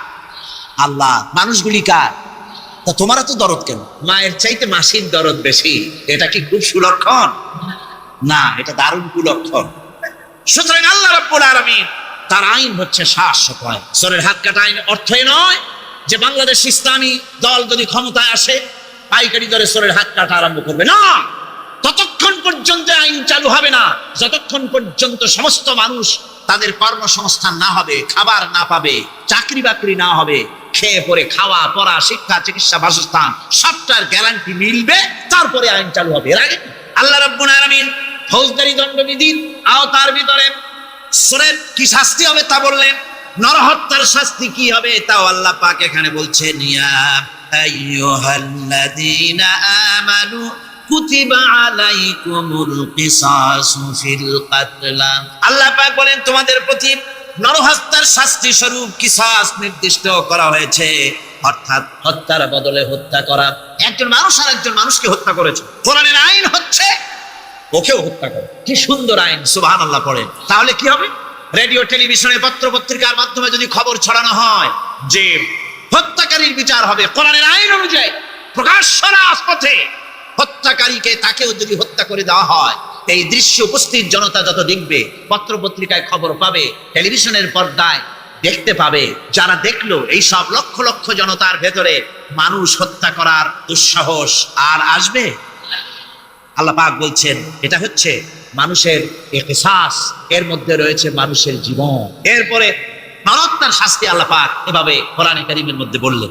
জিনার শাস্তি, আয-যানিয়াতু ওয়াজ-যানি ফাজলিদু কুল্লা ওয়াহিদিন মিনহুমা মিআতা জালদা। আল্লাহ রাব্বুল আলামিন বলেন জিনাকারিনী পুরুষ, জিনাকারিনী নারী আর জিনাকারা পুরুষ, তাদের শাস্তি হচ্ছে উভয়কে 100 করে দোররা মারা, প্রাণদণ্ড দিয়ে দেওয়া। এই শাস্তি যদি হয় জিনা বন্ধ হয়ে যাবে, বিবাহ সহজ হবে। ইসলামী রাষ্ট্র হলে পরে জিনা করা কঠিন হবে, বিবাহ করা সহজ হয়ে যাবে। এটা হচ্ছে কোরআনের আইনের সুন্দর বিধান। জিনার শাস্তি, চোরের শাস্তি, নরহত্যার শাস্তি জুডিশিয়াল লয়ের আওতায়, ফৌজদারি দণ্ডবিধির আওতায় এগুলি পড়ে। এগুলি সব কোরআন শরীফে আছে না নাই? আছে কিনা? তাহলে কি করে আপনি বলবেন আপনি ধর্ম নিরপেক্ষ? আপনি শুধু ধর্ম আপনার ব্যক্তিগত ব্যাপার আর রাজনীতি একটা আলাদা ব্যাপার। এবারে আল্লাহ রাব্বুল আলামিন মদ পান সম্পর্কে, যারা মদ পান করবে, জুয়া খেলবে যারা, তাদের সম্পর্কে মদ্যপায়ীদের ব্যাপারে আল্লাহ পাক বলছেন, ইন্নামাল খামরু ওয়াল মাইসিরু ওয়াল আনসাবু ওয়াল আজলামু রিজসুম মিন আমালিশ শাইতানি ফাজতানিবুহু। আল্লাহ পাক বলেন নিঃসন্দেহে মদ, জুয়া এবং পাশা, এই সমস্ত খেলাকে, এই সমস্ত জিনিসকে নাপাক ঘোষণা করা হয়েছে, এগুলি সব হতেছে শয়তান কর্তৃক উদ্ভাবিত নোংরা কাজ। এগুলি শয়তানের কাজ। মদ আর জুয়া কার কাজ? যারা বলেন কার কাজ? শয়তানের কাজ। সুতরাং ফাজতানিবুহু, এর থেকে তোমরা ফিরে থাকো। আল্লাহ বলছেন মদ এবং জুয়া মানুষকে আল্লাহর জিকির থেকে ফিরায় রাখে। ফাহাল আনতুম মুনতাহুন, এগুলি শোনার পরেও কি তোমরা এর থেকে ফিরে থাকবে না? এবার আল্লাহ রাব্বুল আলামিন ওজনে কম দেওয়া সম্পর্কে বলছেন।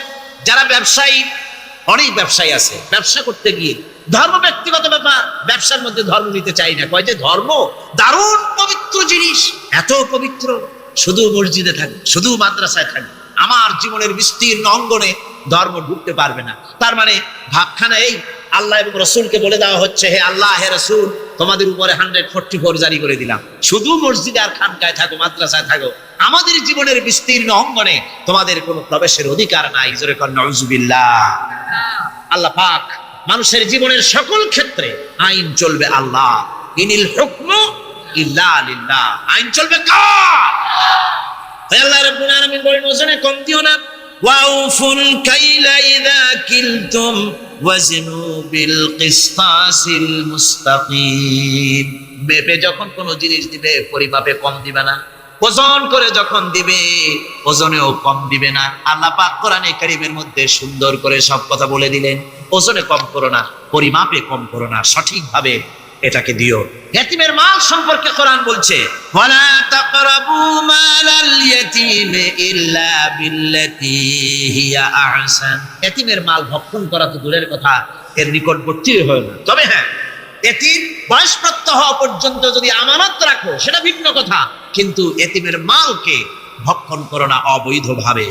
এতিমের মালের সুরক্ষার জন্য আল্লাহ পাক বলে দিলেন। অশ্লীলতা সম্পর্কে, আজকে সমাজে অশ্লীলতা চলছে, বেহায়ামি, নগ্নতা চলছে, এ সম্পর্কে আল্লাহ পাক বলছেন, কুল ইন্নামা হারামা রাব্বিয়াল ফাওয়াহিশা মা যাহারা মিনহা ওয়া মা বাতান। আল্লাহ পাক বলেন, হে নবী আপনি বলে দেন, আমার প্রভু নিঃসন্দেহে প্রকাশ্য এবং অপ্রকাশ্য সব রকমের নির্লজ্জতা এবং পাপাচারকে নিষিদ্ধ ঘোষণা করেছেন, হারাম করে দিয়েছেন। প্রকাশ্য এবং অপ্রকাশ্য সব রকমের পাপাচারকে, নির্লজ্জতাকে আল্লাহ পাক নিষেধ করেছেন। আজকে আমাদের দেশের টেলিভিশনে যে সমস্ত নির্লজ্জ বিজ্ঞাপন দেওয়া হয়, নারীর দেহের যে সৌন্দর্য প্রদর্শনী করা হয়, এই কি কোনো মুসলমান দেশের করা উচিত? কোন মুসলমানদের জন্য এটা কি বৈধ? আজ নির্লজ্জতা, বেহায়ামি ছড়িয়ে পড়ছে চতুর্দিকে। আল্লাহ পাক নিষেধ করছেন, হারাম করে দিয়েছেন। প্রকাশ্য অপ্রকাশ্য সব রকমের নির্লজ্জতা আল্লাহ পাক হারাম করেছেন। হযরতে মুসাকে ডেকে বললেন, মুসা রে, ভয় পাওয়ার কোনো কারণ নাই।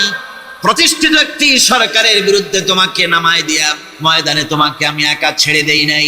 আমি আল্লাহ রাব্বুল আলামিন তোমার সাথে আছি। হাতের লাঠি ছেড়ে দাও। মুসা আলাইহিস সালাম লাঠি ছেড়ে দিলেন, লাঠি সাপ হয়ে গেল। হাঁ করলো জাদুকরদের তৈরি করা সমস্ত বাঘ, সিংহ, সাপ মুসা আলাইহিস সালামের লাঠি মার্কা সাপের পেটের মধ্যে গিয়া ঢুকলো।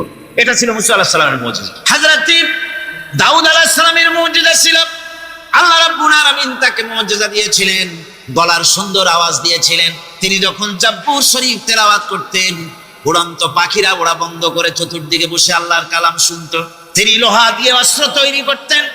অস্ত্র বানাবার সময় আগুন দিয়ে লোহা পোড়ায় অস্ত্র বানাতে হয়। দাউদ আলাইহিস সালামের তার প্রয়োজন ছিল না। তিনি যখন লোহা হাতির ভিতরে নিয়ে চাপ দিতেন, লোহা পানি হয়ে আঙ্গুলের ফাঁক দিয়ে গলে পড়ে যেত। এটা ছিল তার মুজিজা। হযরত সুলাইমান, আল্লাহ রাব্বুল আলামিন তাকে মুজিজা দান করলেন। কোরআনে কারীমের ভিতরে রব্বুল আলামিন বলেন, হযরত সুলাইমান আলাইহিস সালাম সকাল বেলায় বিনা মেশিনে, বিনা ইঞ্জিনে তক্তার উপরে বসে যেতেন। তক্তা 1 মাসের পথ অতিক্রম করত। আবার সন্ধ্যা বেলায় বসতেন, এই তক্তা আর 1 মাসের পথ অতিক্রম করে যেত। ঈসা আলাইহিস সালামের মুজিজা ছিল, জন্মান্ধের চোখের উপরে হাত বুলিয়ে দিতেন, সঙ্গে সঙ্গে চোখ ভালো হয়ে যেত। কুষ্ঠব্যাধিগ্রস্ত লোকের গায়ে হাত বুলাতেন, সঙ্গে সঙ্গে কুষ্ঠব্যাধি ভালো হয়ে যেত। এই হলো তাদের মুজিজা। পয়গম্বরেরা বিদায় হয়ে গেলেন, মুজিজা বিদায় হয়ে গেল। দাউদ আলাইহিস সালাম বিদায় হলেন, মুজিজার সাথে নিয়ে গেলেন। তার উম্মতেরা ওই লোহাগুলি আর কেউ গলাতে পারে নাই, আজও কেউ গলাতে পারে না, হাত দিয়ে চেপে ধরে। সুলাইমান আলাইহিস সালাম দুনিয়া থেকে বিদায় হয়ে গেছেন, মুজিজা নিয়ে কবরে চলে গেছেন। আজ আর তার অনুসারীরা অথবা দুনিয়ার কোন মানুষ বিনা ইঞ্জিনে তক্তায় বসে আর হাওয়ায় উঠতে পারবে না। মুসা আলাইহিস সালাম বিদায় হলেন, লাঠির মুজিজা চলে গেল। তার উম্মতেরা, তার অনুসারীরা কিয়ামত পর্যন্ত যদি 1000-12 চেষ্টা চালায়, লাঠিকে আর কোনোদিন সাপে পরিণত করতে পারবে না। ঈসা আলাইহিস সালাম, আল্লাহ রাব্বুল আলামিন তাকে উঠাই নিলেন, মুজিজা তিনি সাথে নিয়ে গেলেন। আজ তার কোটি কোটি, শত শত কোটি উম্মতেরা, দুনিয়ায় যারা তার উম্মত দাবি করে, খ্রিস্টানেরা, হাজারো যদি চেষ্টা চালায়, তবুও জন্মানদের চোখের উপরে হাত বুলিয়ে চোখ আর ভালো করতে পারবে না। কুষ্ঠবেদীগ্রস্ত লোকের গায়ে হাত বুলিয়ে কুষ্ঠবেদী ভালো করতে পারবে না। তার মানে হলো, নবীরা যে যা যত মুজিজা পেয়েছিলেন, জীবদ্দশায় মুজিজা কাজে লেগেছে, দুনিয়া থেকে বিদায় হয়েছেন, মুজিজার সাথে নিয়ে গেছেন। কিন্তু আপনার আমার নবী, বিশ্ব নবী জনাব মুহাম্মদ রাসূলুল্লাহ সাল্লাল্লাহু আলাইহি ওয়াসাল্লামের কাছে আল্লাহ রাব্বুল আলামিন তাকে যত মুজিজা দিয়েছিলেন, 3000-এর উপরে আল্লাহর নবীর মুজিজা ঘটেছিল 23 বছরের নবুয়তের জীবনে। তার মধ্যে শ্রেষ্ঠ মুজিজা হতেছে কোরআন মাজিদ। আল্লাহর নবী বিদায় হয়ে গেলেন, মুজিজা সাথে নিয়ে যান নাই, মুজিজা রেখে গেলেন দুনিয়ায়। কিয়ামত পর্যন্ত দুনিয়াবাসী, নবীর উম্মতেরা কোরআনের মুজিজা ব্যবহার করতে পারবে। কোরআনে কারীম, রাসূল কারীম সাল্লাল্লাহু আলাইহি ওয়াসাল্লামের জীবনের শ্রেষ্ঠ মুজিজা। মানুষ পাগল হয়ে গেছে কোরআন শুনে। সুতরাং এই কোরআনের বৈশিষ্ট্য সকল দিক থেকে এক অপূর্ব একটি কিতাবে পরিণত করেছে, যা মানুষকে চিরকাল বিস্ময় হতবাক করে দিয়েছে। কোরআনের আরেকটি বৈশিষ্ট্য হচ্ছে, এই কোরআন এক সময় নাজিল হয় নাই। 30 পারা কোরআন শরীফ একসাথে নাজিল হয়েছে না, কোরআন নাজিল হয়েছে আস্তে আস্তে, ধীরে ধীরে। কত বছর লাগলো? 23 বছরেরও কিছু বেশি সময় ধরে কোরআন ধীরে ধীরে রাসূল কারীম সাল্লাল্লাহু আলাইহি ওয়াসাল্লামের কাছে অবতীর্ণ হয়েছে। এমনটি আর কোনো কিতাব হয়নি, যা আর কোনো ধর্মগ্রন্থ যারা অন্যরা দাবি করে, এরকম হয়নি। কোরআনে কারীমের আরেকটি বৈশিষ্ট্য হচ্ছে, যখন কাগজ ছিল না, ছাপাখানা ছিল না, এমনকি টেপ রেকর্ডার ছিল না, তখনকার নাজিলকৃত কিতাব যেভাবে নাজিল হয়েছিল সেইভাবে আজ পর্যন্ত অবিকল টিকে আছে, টিকে থাকবে ইলা ইয়াউমিল কিয়ামah। কিয়ামত পর্যন্ত কোরআনে কারীমের এই অকৃত্রিম, অবিকৃত অবস্থায় কোরআনে কারীমের এই শান, এই বরকত টিকে থাকবে। এই জন্য কোরআন শরীফ হচ্ছে এই পৃথিবীর মহাবিশ্বের মহাবিস্ময়। কোরআন হচ্ছে পৃথিবীর মহাবিশ্বের মহাবিস্ময়। এর মর্যাদা সম্পর্কে রাসূল কারীম সাল্লাল্লাহু আলাইহি ওয়াসাল্লাম বলেছেন, ওয়ান উসমান রাদিয়াল্লাহু তাআলা আনহু আন্নাহু ক্বাল ক্বালা রাসূলুল্লাহ সাল্লাল্লাহু আলাইহি ওয়াসাল্লাম, খায়রুকুম মান তাআল্লামাল কুরআন ওয়া আল্লামাহু, রাওয়াহুল বুখারী। আল্লাহর নবী বলেন, তোমাদের মধ্যে সর্বোত্তম ব্যক্তি সেই, তোমাদের ভিতরে ভালো ব্যক্তি, উত্তম ব্যক্তি সেই, যে ব্যক্তি নিজে কোরআন শেখে আর অন্যকে শেখায়। কোরআন যে শেখে আর অন্যকে যে শেখায়, সেই ব্যক্তি হলো তোমাদের মধ্যে সর্বোত্তম ব্যক্তি, ভালো ব্যক্তি। সুবহানাল্লাহ পড়েন। কোরআনে কারীমের এই মর্যাদা সম্পর্কে রাসূল কারীম সাল্লাল্লাহু আলাইহি ওয়াসাল্লাম বলেছেন, দুই ব্যক্তিকে, দুই শ্রেণীর লোককে ঈর্ষা করা যায়। অমুকে বিরাট বাড়ি করেছে, সে বাড়ি দেখে হিংসা হয়, আমি ওরকম বাড়ি করব, অমুকের মতো নেতা হব, অমুকের মতো বড় লোক হতে হবে। পরশ্রী কাতরতা অথবা ঈর্ষা করা, এরকমের ঈর্ষা করা জায়েজ নাই। রাসূলুল্লাহ বলেছেন, দুই ব্যক্তির সঙ্গে ঈর্ষা করা যায়। আন ইবনে ওমর রাদিয়াল্লাহু তাআলা আনহু আন্নাহু ক্বাল ক্বালা রাসূলুল্লাহ সাল্লাল্লাহু আলাইহি ওয়াসাল্লাম, লা হাসাদা ইল্লা আলাল ইসনাইন, দুই ব্যক্তি ছাড়া অন্য কারো সাথে হিংসা করা যায় না, আর ঈর্ষা করা যায় না। কোন কোন ব্যক্তি? রাজুলুন আতাহুল্লাহুল কুরআন ফাহুয়া ইয়াকুমু বিহি আনা আল-লাইলি ওয়া আনা আন-নাহার, ওই ব্যক্তির সঙ্গে ঈর্ষা করা যায়, হিংসা করা যায় যে ব্যক্তিকে আল্লাহ পাক কোরআনের ইলম দান করেছেন, সে ব্যক্তি দিন রাত কোরআন তেলাওয়াত করে, কোরআনের উপরে আমল করে, কোরআনের উপরে থাকে, মানুষকে কোরআনের দাওয়াত দেয়। ওই লোকের সাথে ঈর্ষা করা দরকার, যে তার মতো হতে চায়। ওয়ারাজুলুন আতাহুল্লাহু মালান ফাহুয়া ইউনফিকু মিনহু আনা আল-লাইলি ওয়া আনা আন-নাহার, মুত্তাফাকুন আলাইহি, বুখারী মুসলিমের হাদিস। রাসূলুল্লাহ বলছেন, অন্য আরেক ব্যক্তি হচ্ছে যে ব্যক্তিকে আল্লাহ পাক মাল দিয়েছেন, সম্পদ দিয়েছেন, ওই ব্যক্তি তার মাল আর সম্পদকে দিন রাত দুহাতে আল্লাহর রাস্তায় খরচ করে। তার মতো হওয়ার জন্য তার সাথে ঈর্ষা করা যেতে পারে। আমার বন্ধুগণ, এই কোরআন হচ্ছে এমন এক কিতাব, যে কোরআনকে নিয়ে যারা অগ্রসর হয়, আল্লাহ তাদেরকে বাড়ায় দেন, আর কোরআনের সাথে যারা হিংসা করে, বিদ্বেষ করে, আল্লাহ তাদেরকে অধঃপাতিত করে দেন। عن عمر بن الخطاب رضي الله تعالى عنه أنه قال قال رسول الله صلى الله عليه وسلم إن الله يرفع بهذا الكتاب أقواما ওয়া ইয়াযাউ বিহি আখিরিন, রাওয়াহু মুসলিম। হযরত ওমর রাদিয়াল্লাহু তাআলা আনহু বলছেন যে আল্লাহ পাক এই কোরআনের সাহায্যে এক শ্রেণীর লোককে প্রতিষ্ঠিত করবেন দুনিয়ার বুকে, এবং আখিরাতেও আরেক শ্রেণীর লোককে করবেন অধপাতিত। যারা কোরআনের সাথে বিরোধিতা করবে, তারা যদি হিরো হয়, আল্লাহ তাদেরকে জিরো বানাবেন। কি বানাবেন? জোরে গান, জোরে গান, কি বানাবেন? জিরো বানিয়ে দিবেন। এই কোরআন যার সিনার ভিতরে থাকে, যার সিনার মধ্যে থাকে, সে হয় সমৃদ্ধ, আর যার সিনার মধ্যে থাকে না, সে হয় সবচাইতে ফকির আর এতিম। আল্লাহর নবী বলেছেন, ইন্নাল্লাযী লাইসা ফি জাওফিহি শাইউম মিনাল কুরআনি কাল বাইতিল খারিব। যেই দেহের ভিতরে কোরআন নাই, যেই দেহের ভিতরে, যেই সিনার ভিতরে কোরআন নাই, ওই মানুষটা হতেছে একটা সাড়া বাড়ির মতো, একটা উজাড় বাড়ির মতো, বিরান বাড়ির মতো। বিরান বাড়িতে কি থাকে? সাড়া বাড়িতে কি থাকে? কি কয়? না না, ভূত কিসের? খামোখাই ভয় পান আপনারা। ভূত বলে কিছু নেই। হ্যাঁ, শয়তান থাকে, জেল থাকে, তারপরে ওর মধ্যে আর কি থাকে? উতুন পেঁচা থাকে, ইঁদুর থাকে, তেলাপোকা থাকে, উই পোকা থাকে, বাঁদর থাকে, উল্লুক থাকে, সাপ থাকে। রাসূলুল্লাহর কথা দেখেন, কি সুন্দর কথা। সুবহানাল্লাহ, সুবহানাল্লাহ। যে দেহের ভিতরে কোরআন নাই, সারা বাড়িতে যা থাকে, পুরো বাড়িতে যা থাকে, বিরান বাড়িতে যা থাকে, যে দেহে কোরআন নাই, সেই দেহের মধ্যে তাই থাকে। আজ দেখুন বাংলাদেশের শিক্ষাঙ্গনে, কলেজ, ইউনিভার্সিটি গুলিতে কোরআন পড়ানো হয় না। বলেন ঠিক কিনা?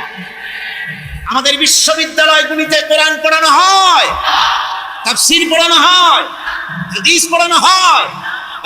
হাদিস, কোরআন, আল্লাহর কালাম পড়ানো হয় না বলে অবস্থা কি হয়েছে? হাদিস থেকে মিলায় নে, ইন্নাল্লাযী লাইসা ফি জাওফিহি শাইউম মিনাল কুরআনি কাল বাইতিল খারিব। কোরআন নাই তো সারা বাড়ি, কোরআন নাই তো কি আছে? যে ঘরের মধ্যে মানুষ নাই, উল্লুক থাকে, ভাল্লুক থাকে, শয়তান থাকে, তেলাপোকা থাকে, সারপোকা থাকে, হিংস্র প্রাণী ভরপুর থাকে। যে শিক্ষা প্রতিষ্ঠানে কোরআন পড়ানো হয় না, সেখানেও সন্ত্রাসীরা বাস করতে পারে, ভালো মানুষ টিকতে পারে না। কোরআন যেখানে পড়া হয় না, সেটা কবরের তুল্য। কোরআন যেখানে তেলাওয়াত হয় না, সেটা কিসের তুল্য? কবরের তুল্য। আল্লাহর নবী বলেছেন, আন আবি হুরায়রা রাদিয়াল্লাহু তাআলা আনহু আন্নাহু ক্বাল ক্বালা রাসূলুল্লাহ সাল্লাল্লাহু আলাইহি ওয়াসাল্লাম লা তাজআলু বুয়ুতাকুম মাকাবির, রাওয়াহু মুসলিম। আল্লাহর নবী বলেন, তোমাদের ঘরগুলিকে তোমরা কবর বানায়ো না। অর্থাৎ যে ঘরের মধ্যে কোরআনে কারীম তেলাওয়াত হয় না, সেটা কবরের সমতুল্য। কবরের সমতুল্য। আগে আমাদের ঘর সমূহে যখন ছোট ছিলাম, তখন দেখতাম ঘরে ঘরে কোরআন তেলাওয়াত হতো, ঠিক না? প্রত্যেকটা ঘরের জানালা দিয়ে সকালবেলায় আওয়াজ আসতো, আউযু বিল্লাহি মিনাশ শাইতানির রাজীম, বিসমিল্লাহির রাহমানির রহিম। তেলাওয়াতের আওয়াজ ভেসে আসতো। আজ আর এই অবস্থা নাই। আজ ভদ্রলোকের বাড়ির সামনে দিয়ে হেঁটে যাবেন, সকালবেলা কিসের তেলাওয়াত? জনমের ঘুম ঘুমায়, পাইকারি দরে ঘুমায়, ফজরের নামাজ নাই। শহরের অবস্থা, অধিকাংশ বাড়িতে ফজরের নামাজ হয় না। ডিসেন্টিনার মাধ্যমে, আগে তো ছিল শুধু বাংলাদেশের ছবি, ডিসেন্টিনার মাধ্যমে সারা পৃথিবীর শয়তানি আর বদমাশি ঘরে বসে গেলা যায়। উপকারিতা এবং অপকারিতা দুটোই আছে। নিউজ দেখা যায়, সাথে সাথে আবার নিউজের সাথে আরো বাজে কিছু দেখা যায়। এগুলো দেখতে দেখতে রাত শেষ হয়ে আসে, ঘুমায় জনমের মতো, এক ঘুমে বেলা 9টা আর 10টা। কিসের ফজরের নামাজ আর কি এর কোরআন শরীফ তেলাওয়াত করে? এরপরে উঠলো 9টা-10টার সময়, উঠে তারপরে গানের মাস্টার এসে গেছে। তখন ইতিমধ্যেই গানের মাস্টার এসে গেছেন। কি দুর্ভাগ্যজনক সত্য কথা, ইংরেজি যে টিচার পড়ান, অঙ্ক যে টিচার করান, সপ্তাহে 3 ঘন্টা পড়াবেন, বেতন 2500 টাকা। আর প্রতিদিন সকালবেলা এসে যদি কোনো মুসলমান, কোনো একজন মৌলভী সাহেব, হাফেজ সাহেবকে রাখেন কোরআন তেলাওয়াত করাবার জন্য, কোরআন পড়াবার জন্য সন্তানকে, প্রতিদিন আসতে হবে, প্রতিদিন 2 ঘন্টা পড়াতে হবে, আর মাসের শেষে বেতন 500 টাকা। কোরআন কারীমের সাথে এই এই আচরণ। ও, আমি বেশি বলে ফেলেছি। যাদের অভিজ্ঞতা আছে তারা বলছেন 200 টাকা। এরপরে অঙ্ক ইংরেজি তো কাজে লাগে, ভালো কথা। তারপরে গানের মাস্টার আসছেন, তিনি শেখাবেন কি? রবীন্দ্রসঙ্গীতের প্যানপ্যানানি, যা শুনলে পরে কানে ময়লা জমে যেতে পারে, যে গান শুনলে জীবিত মানুষ মৃত্যু হয়ে যায়। নজরুলের কথা শেখানো হবে না, তাহলে সেটা হবে সাম্প্রদায়িকতা। গানের মাস্টারকে, নাচের মাস্টারকে 5000 টাকা 10,000 টাকা পর্যন্ত বেতন দেওয়া হয়।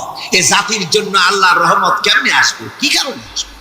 কোরআনের সাথে এই বেয়াদবি আমরা করেছি। ঘরগুলিকে আজকে আমাদের ঘরগুলিকে আমরা কবরস্থানে পরিণত করে দিয়েছি। কোরআন তেলাওয়াত, আমার বন্ধুগণ, কোরআন তেলাওয়াত করুন, বেশি বেশি তেলাওয়াত করুন, ঘরকে জীবিত করুন, সন্তানকে তেলাওয়াত করান, আপনি নিজেও তেলাওয়াত করুন। কোরআনে কারীম যারা তেলাওয়াত করবেন তাদের সম্পর্কে আল্লাহর নবী বলেন, মান ক্বারাআল কুরআনা ফাস্তাজহারাহু ফাহাল্লা হালালাহু ওয়া হারামা হারামাহু আদখালাহুল্লাহুল জান্নাহ।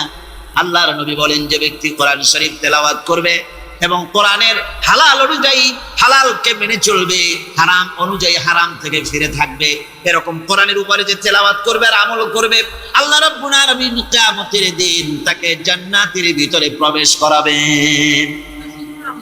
শুধু বেহেশতে যাবে না, ওয়াসাফাহু ফি আশরাতিন মিন আহলি বাইতিহি কুল্লুহুম কাদ ওয়াজাবাত লাহুন নার। নবীজি বলেন, এই কোরআনে কারীমের বরকতে কিয়ামতের দিন ওই ব্যক্তি তার রক্ত সম্পর্কিত 10 জন আত্মীয়র ব্যাপারে সুপারিশ করার জন্য তৌফিক পাবে আল্লাহর দরবারে। এমন 10 ব্যক্তি, সেই 10 ব্যক্তির জন্য হিসাবের পরে জাহান্নাম ওয়াজিব হয়ে গিয়েছিল, এমন 10 ব্যক্তি সম্পর্কে কোরআনের তেলাওয়াতকারী আর আমলকারী আল্লাহর দরবারে সুপারিশ করার জন্য পারমিশন পাবে। এমন নিয়ামত, সেই নিয়ামত থেকে আমরা বঞ্চিত হয়ে যাচ্ছি। আমি বলি না যে আপনারা কলেজ ইউনিভার্সিটিতে ছেলেদের পড়তে দিবেন না, আমি তা বলি না। তারা কলেজ ইউনিভার্সিটিতে বিলক্ষণ পড়াশোনা করুক, কিন্তু তাদেরকে কোরআন শরীফ শিখান। লক্ষ লক্ষ টাকা খরচ করলেন ছেলের পেছনে, কিন্তু কোরআন শিখালেন না। আপনি মরে গেলে আপনার জানাজাটা পড়বে, এ তৌফিকও সে পেল। জানাজার ইমামতি তো দূরের কথা, জানাজার নিয়ত জানে না, ডাক পবিত্রতা জানে না। বাপ মরে গেছে, সে তখন ছিল মার্কেটে, শুনলো বাপ মরছে, তাড়াতাড়ি জানাজায় শরীক হতে হবে।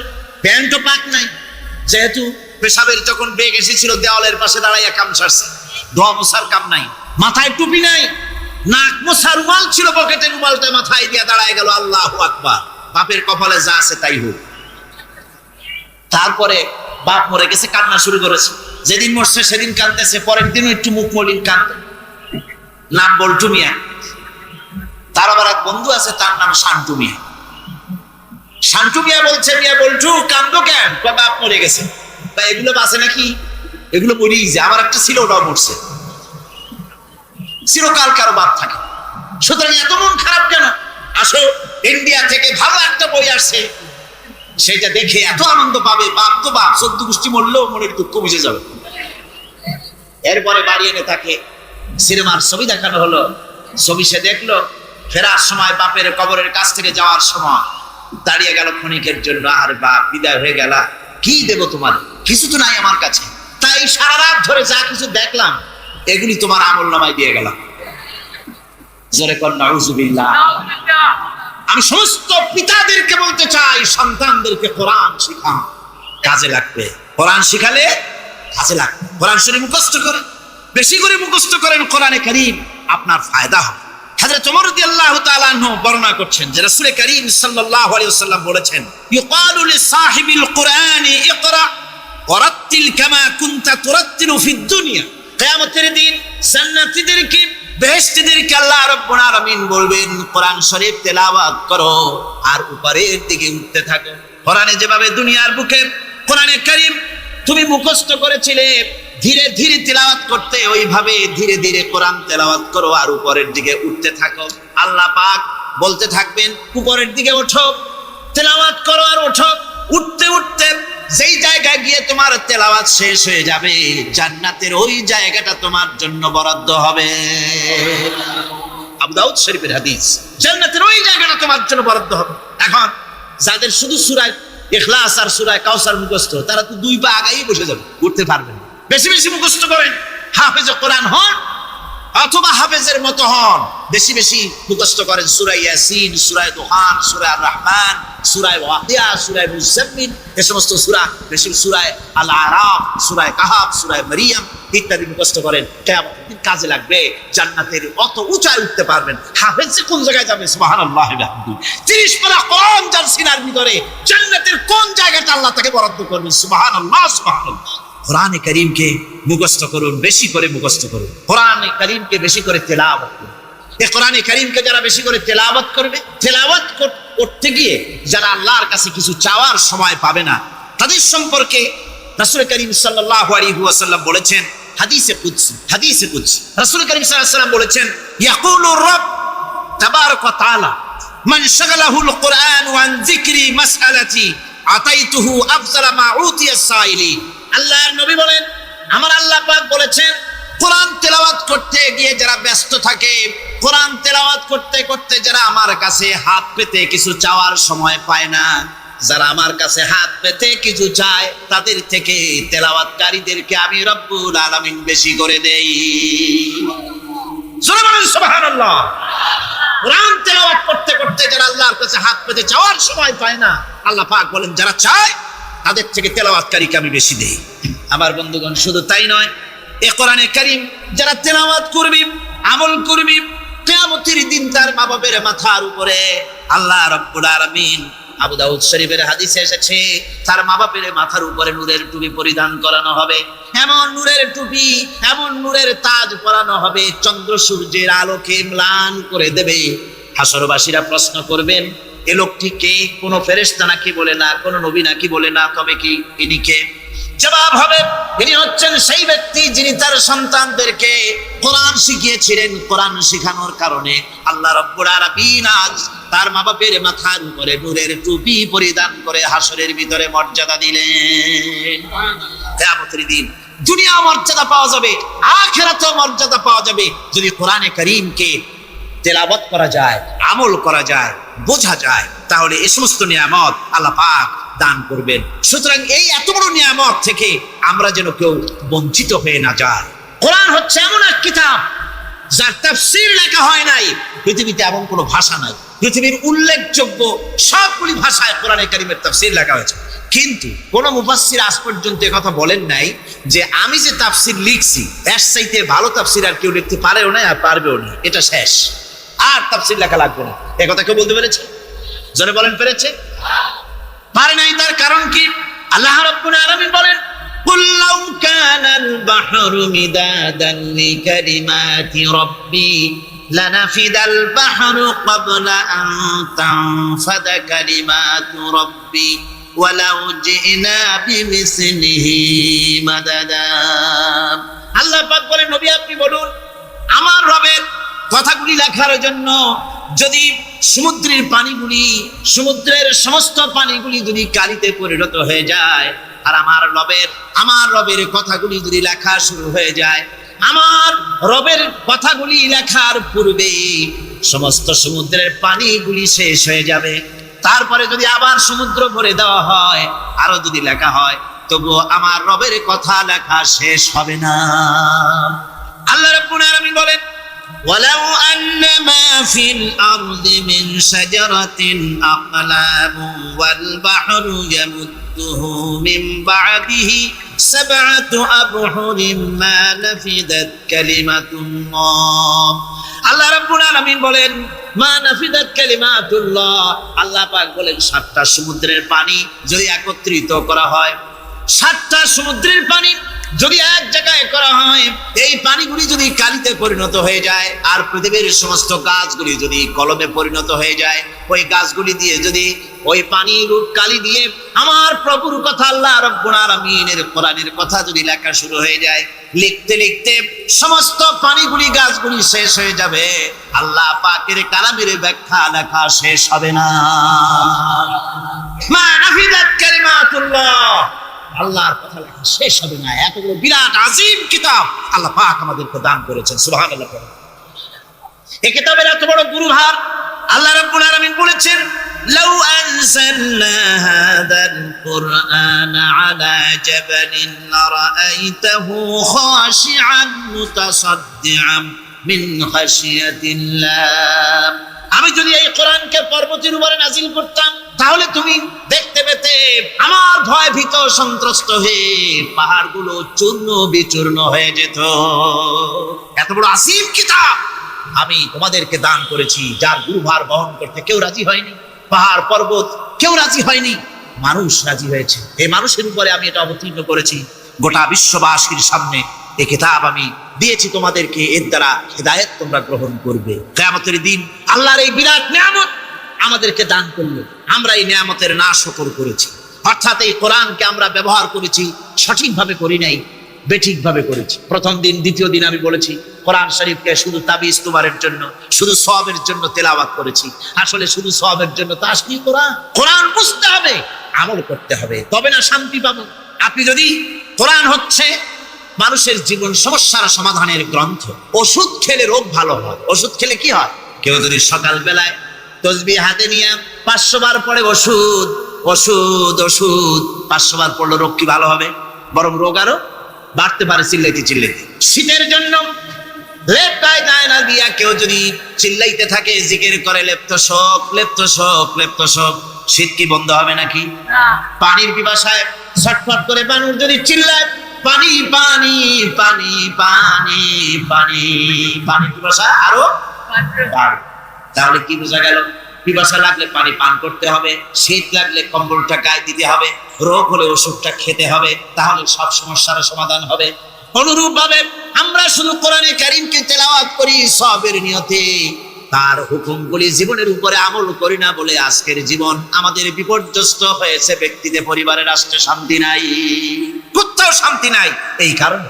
আর কিয়ামতের দিন রাসূল আসামি করবেন তাদেরকে যারা কোরআন অমান্য করেছে। রাসূল হবেন বাদী। বাদী হবেন কে? যারা বলেন কে বাদী হবে? রাসূল। আসামি হবে কারা? যারা কোরআন ছেড়ে দিয়েছে। আল্লাহ রাব্বুল আলামিন বলেন وقال الرسول يا رب إن قوم اتخذوا هذا القرآن مهجورا। কিয়ামতের দিন রাসূল আল্লাহর দরবারে ফরিয়াদ করবেন, আয় আমার রব, আয় আমার আল্লাহ তাআলা, এই সমস্ত লোকগুলি তোমার কালামকে, তোমার কোরআনকে অপ্রয়োজনীয় জিনিস বলে তারা পরিত্যাগ করেছিল। কোরআনকে অপ্রয়োজনীয় মনে করেছে, কোরআনের সাথে ঠাট্টা করেছে, বিদ্রুপ করেছে। কোরআন শিক্ষা ভিক্ষার ঝুলি, শেখার বুলি মনে করেছে। কোরআনের কোনো মূল্য দেয় নাই, কোরআনের কোনো দাম দেয়নি, কোরআনের সাথে ঠাট্টা করেছে, কোরআনের আইনের সাথে ঠাট্টা করেছে, বিদ্রুপ করেছে। আমাদের দেশে শিক্ষাবিদ, চিন্তাবিদ, বুদ্ধিজীবী নাম ধরনের নামধারী এক শ্রেণীর লোকেরা কোরআনের সাথে সরাসরি বেয়াদবি করেছে। আহমদ শরীফ বলেছে পরকাল নাই, আল্লাহ বলছেন পরকাল আছে। আর আহমক, আহমদ তো না, ওটা কি? এই আহমক, সে বলেছে পরকাল নাই, বিবাহ মানি না, কবর আযাব মানি না, কিয়ামতের দিন বিচার হবে তাও মানি না, অস্বীকার করেছে। এটাকে নিয়ে ঠাট্টা করেছে।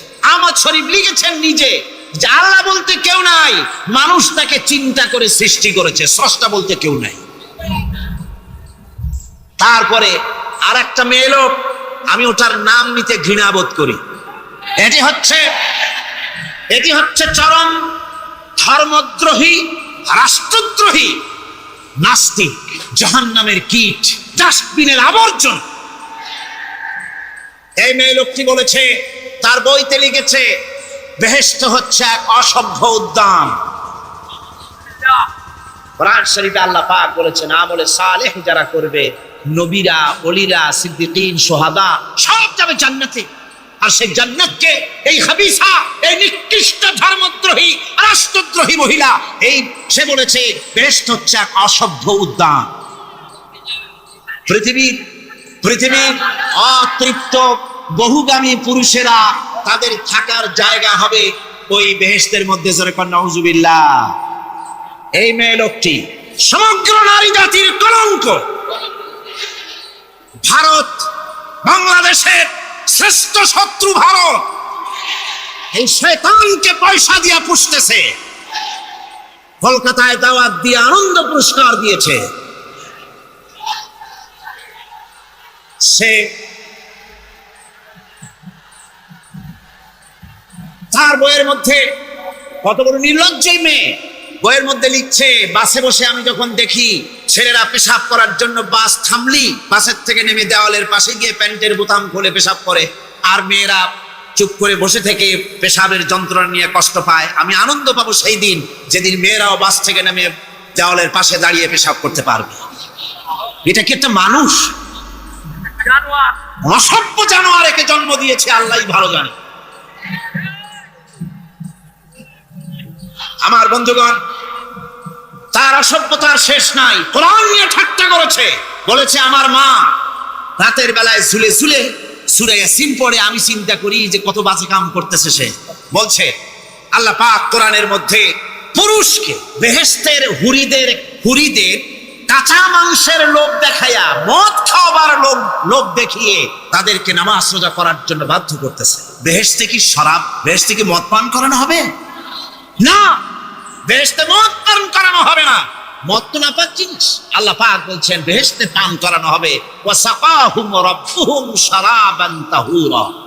জান্নাতের ভিতরে আল্লাহ পাক শারাবে তাহুর পান করাবে, যেটা নিজেও পাক এবং যে পান করবে সেও পবিত্র হয়ে যাবে। সুবহানাল্লাহ।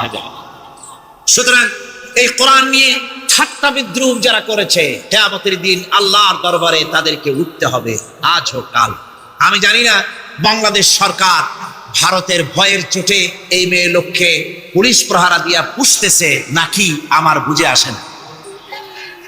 বাংলাদেশ সরকারের পররাষ্ট্র মন্ত্রণালয় রীতিমতো আসামির কাঠগড়ায় দাঁড়িয়ে বিবৃতি দিয়েছেন এবং তাকে পুলিশ প্রহরার ভিতরে রেখেছে।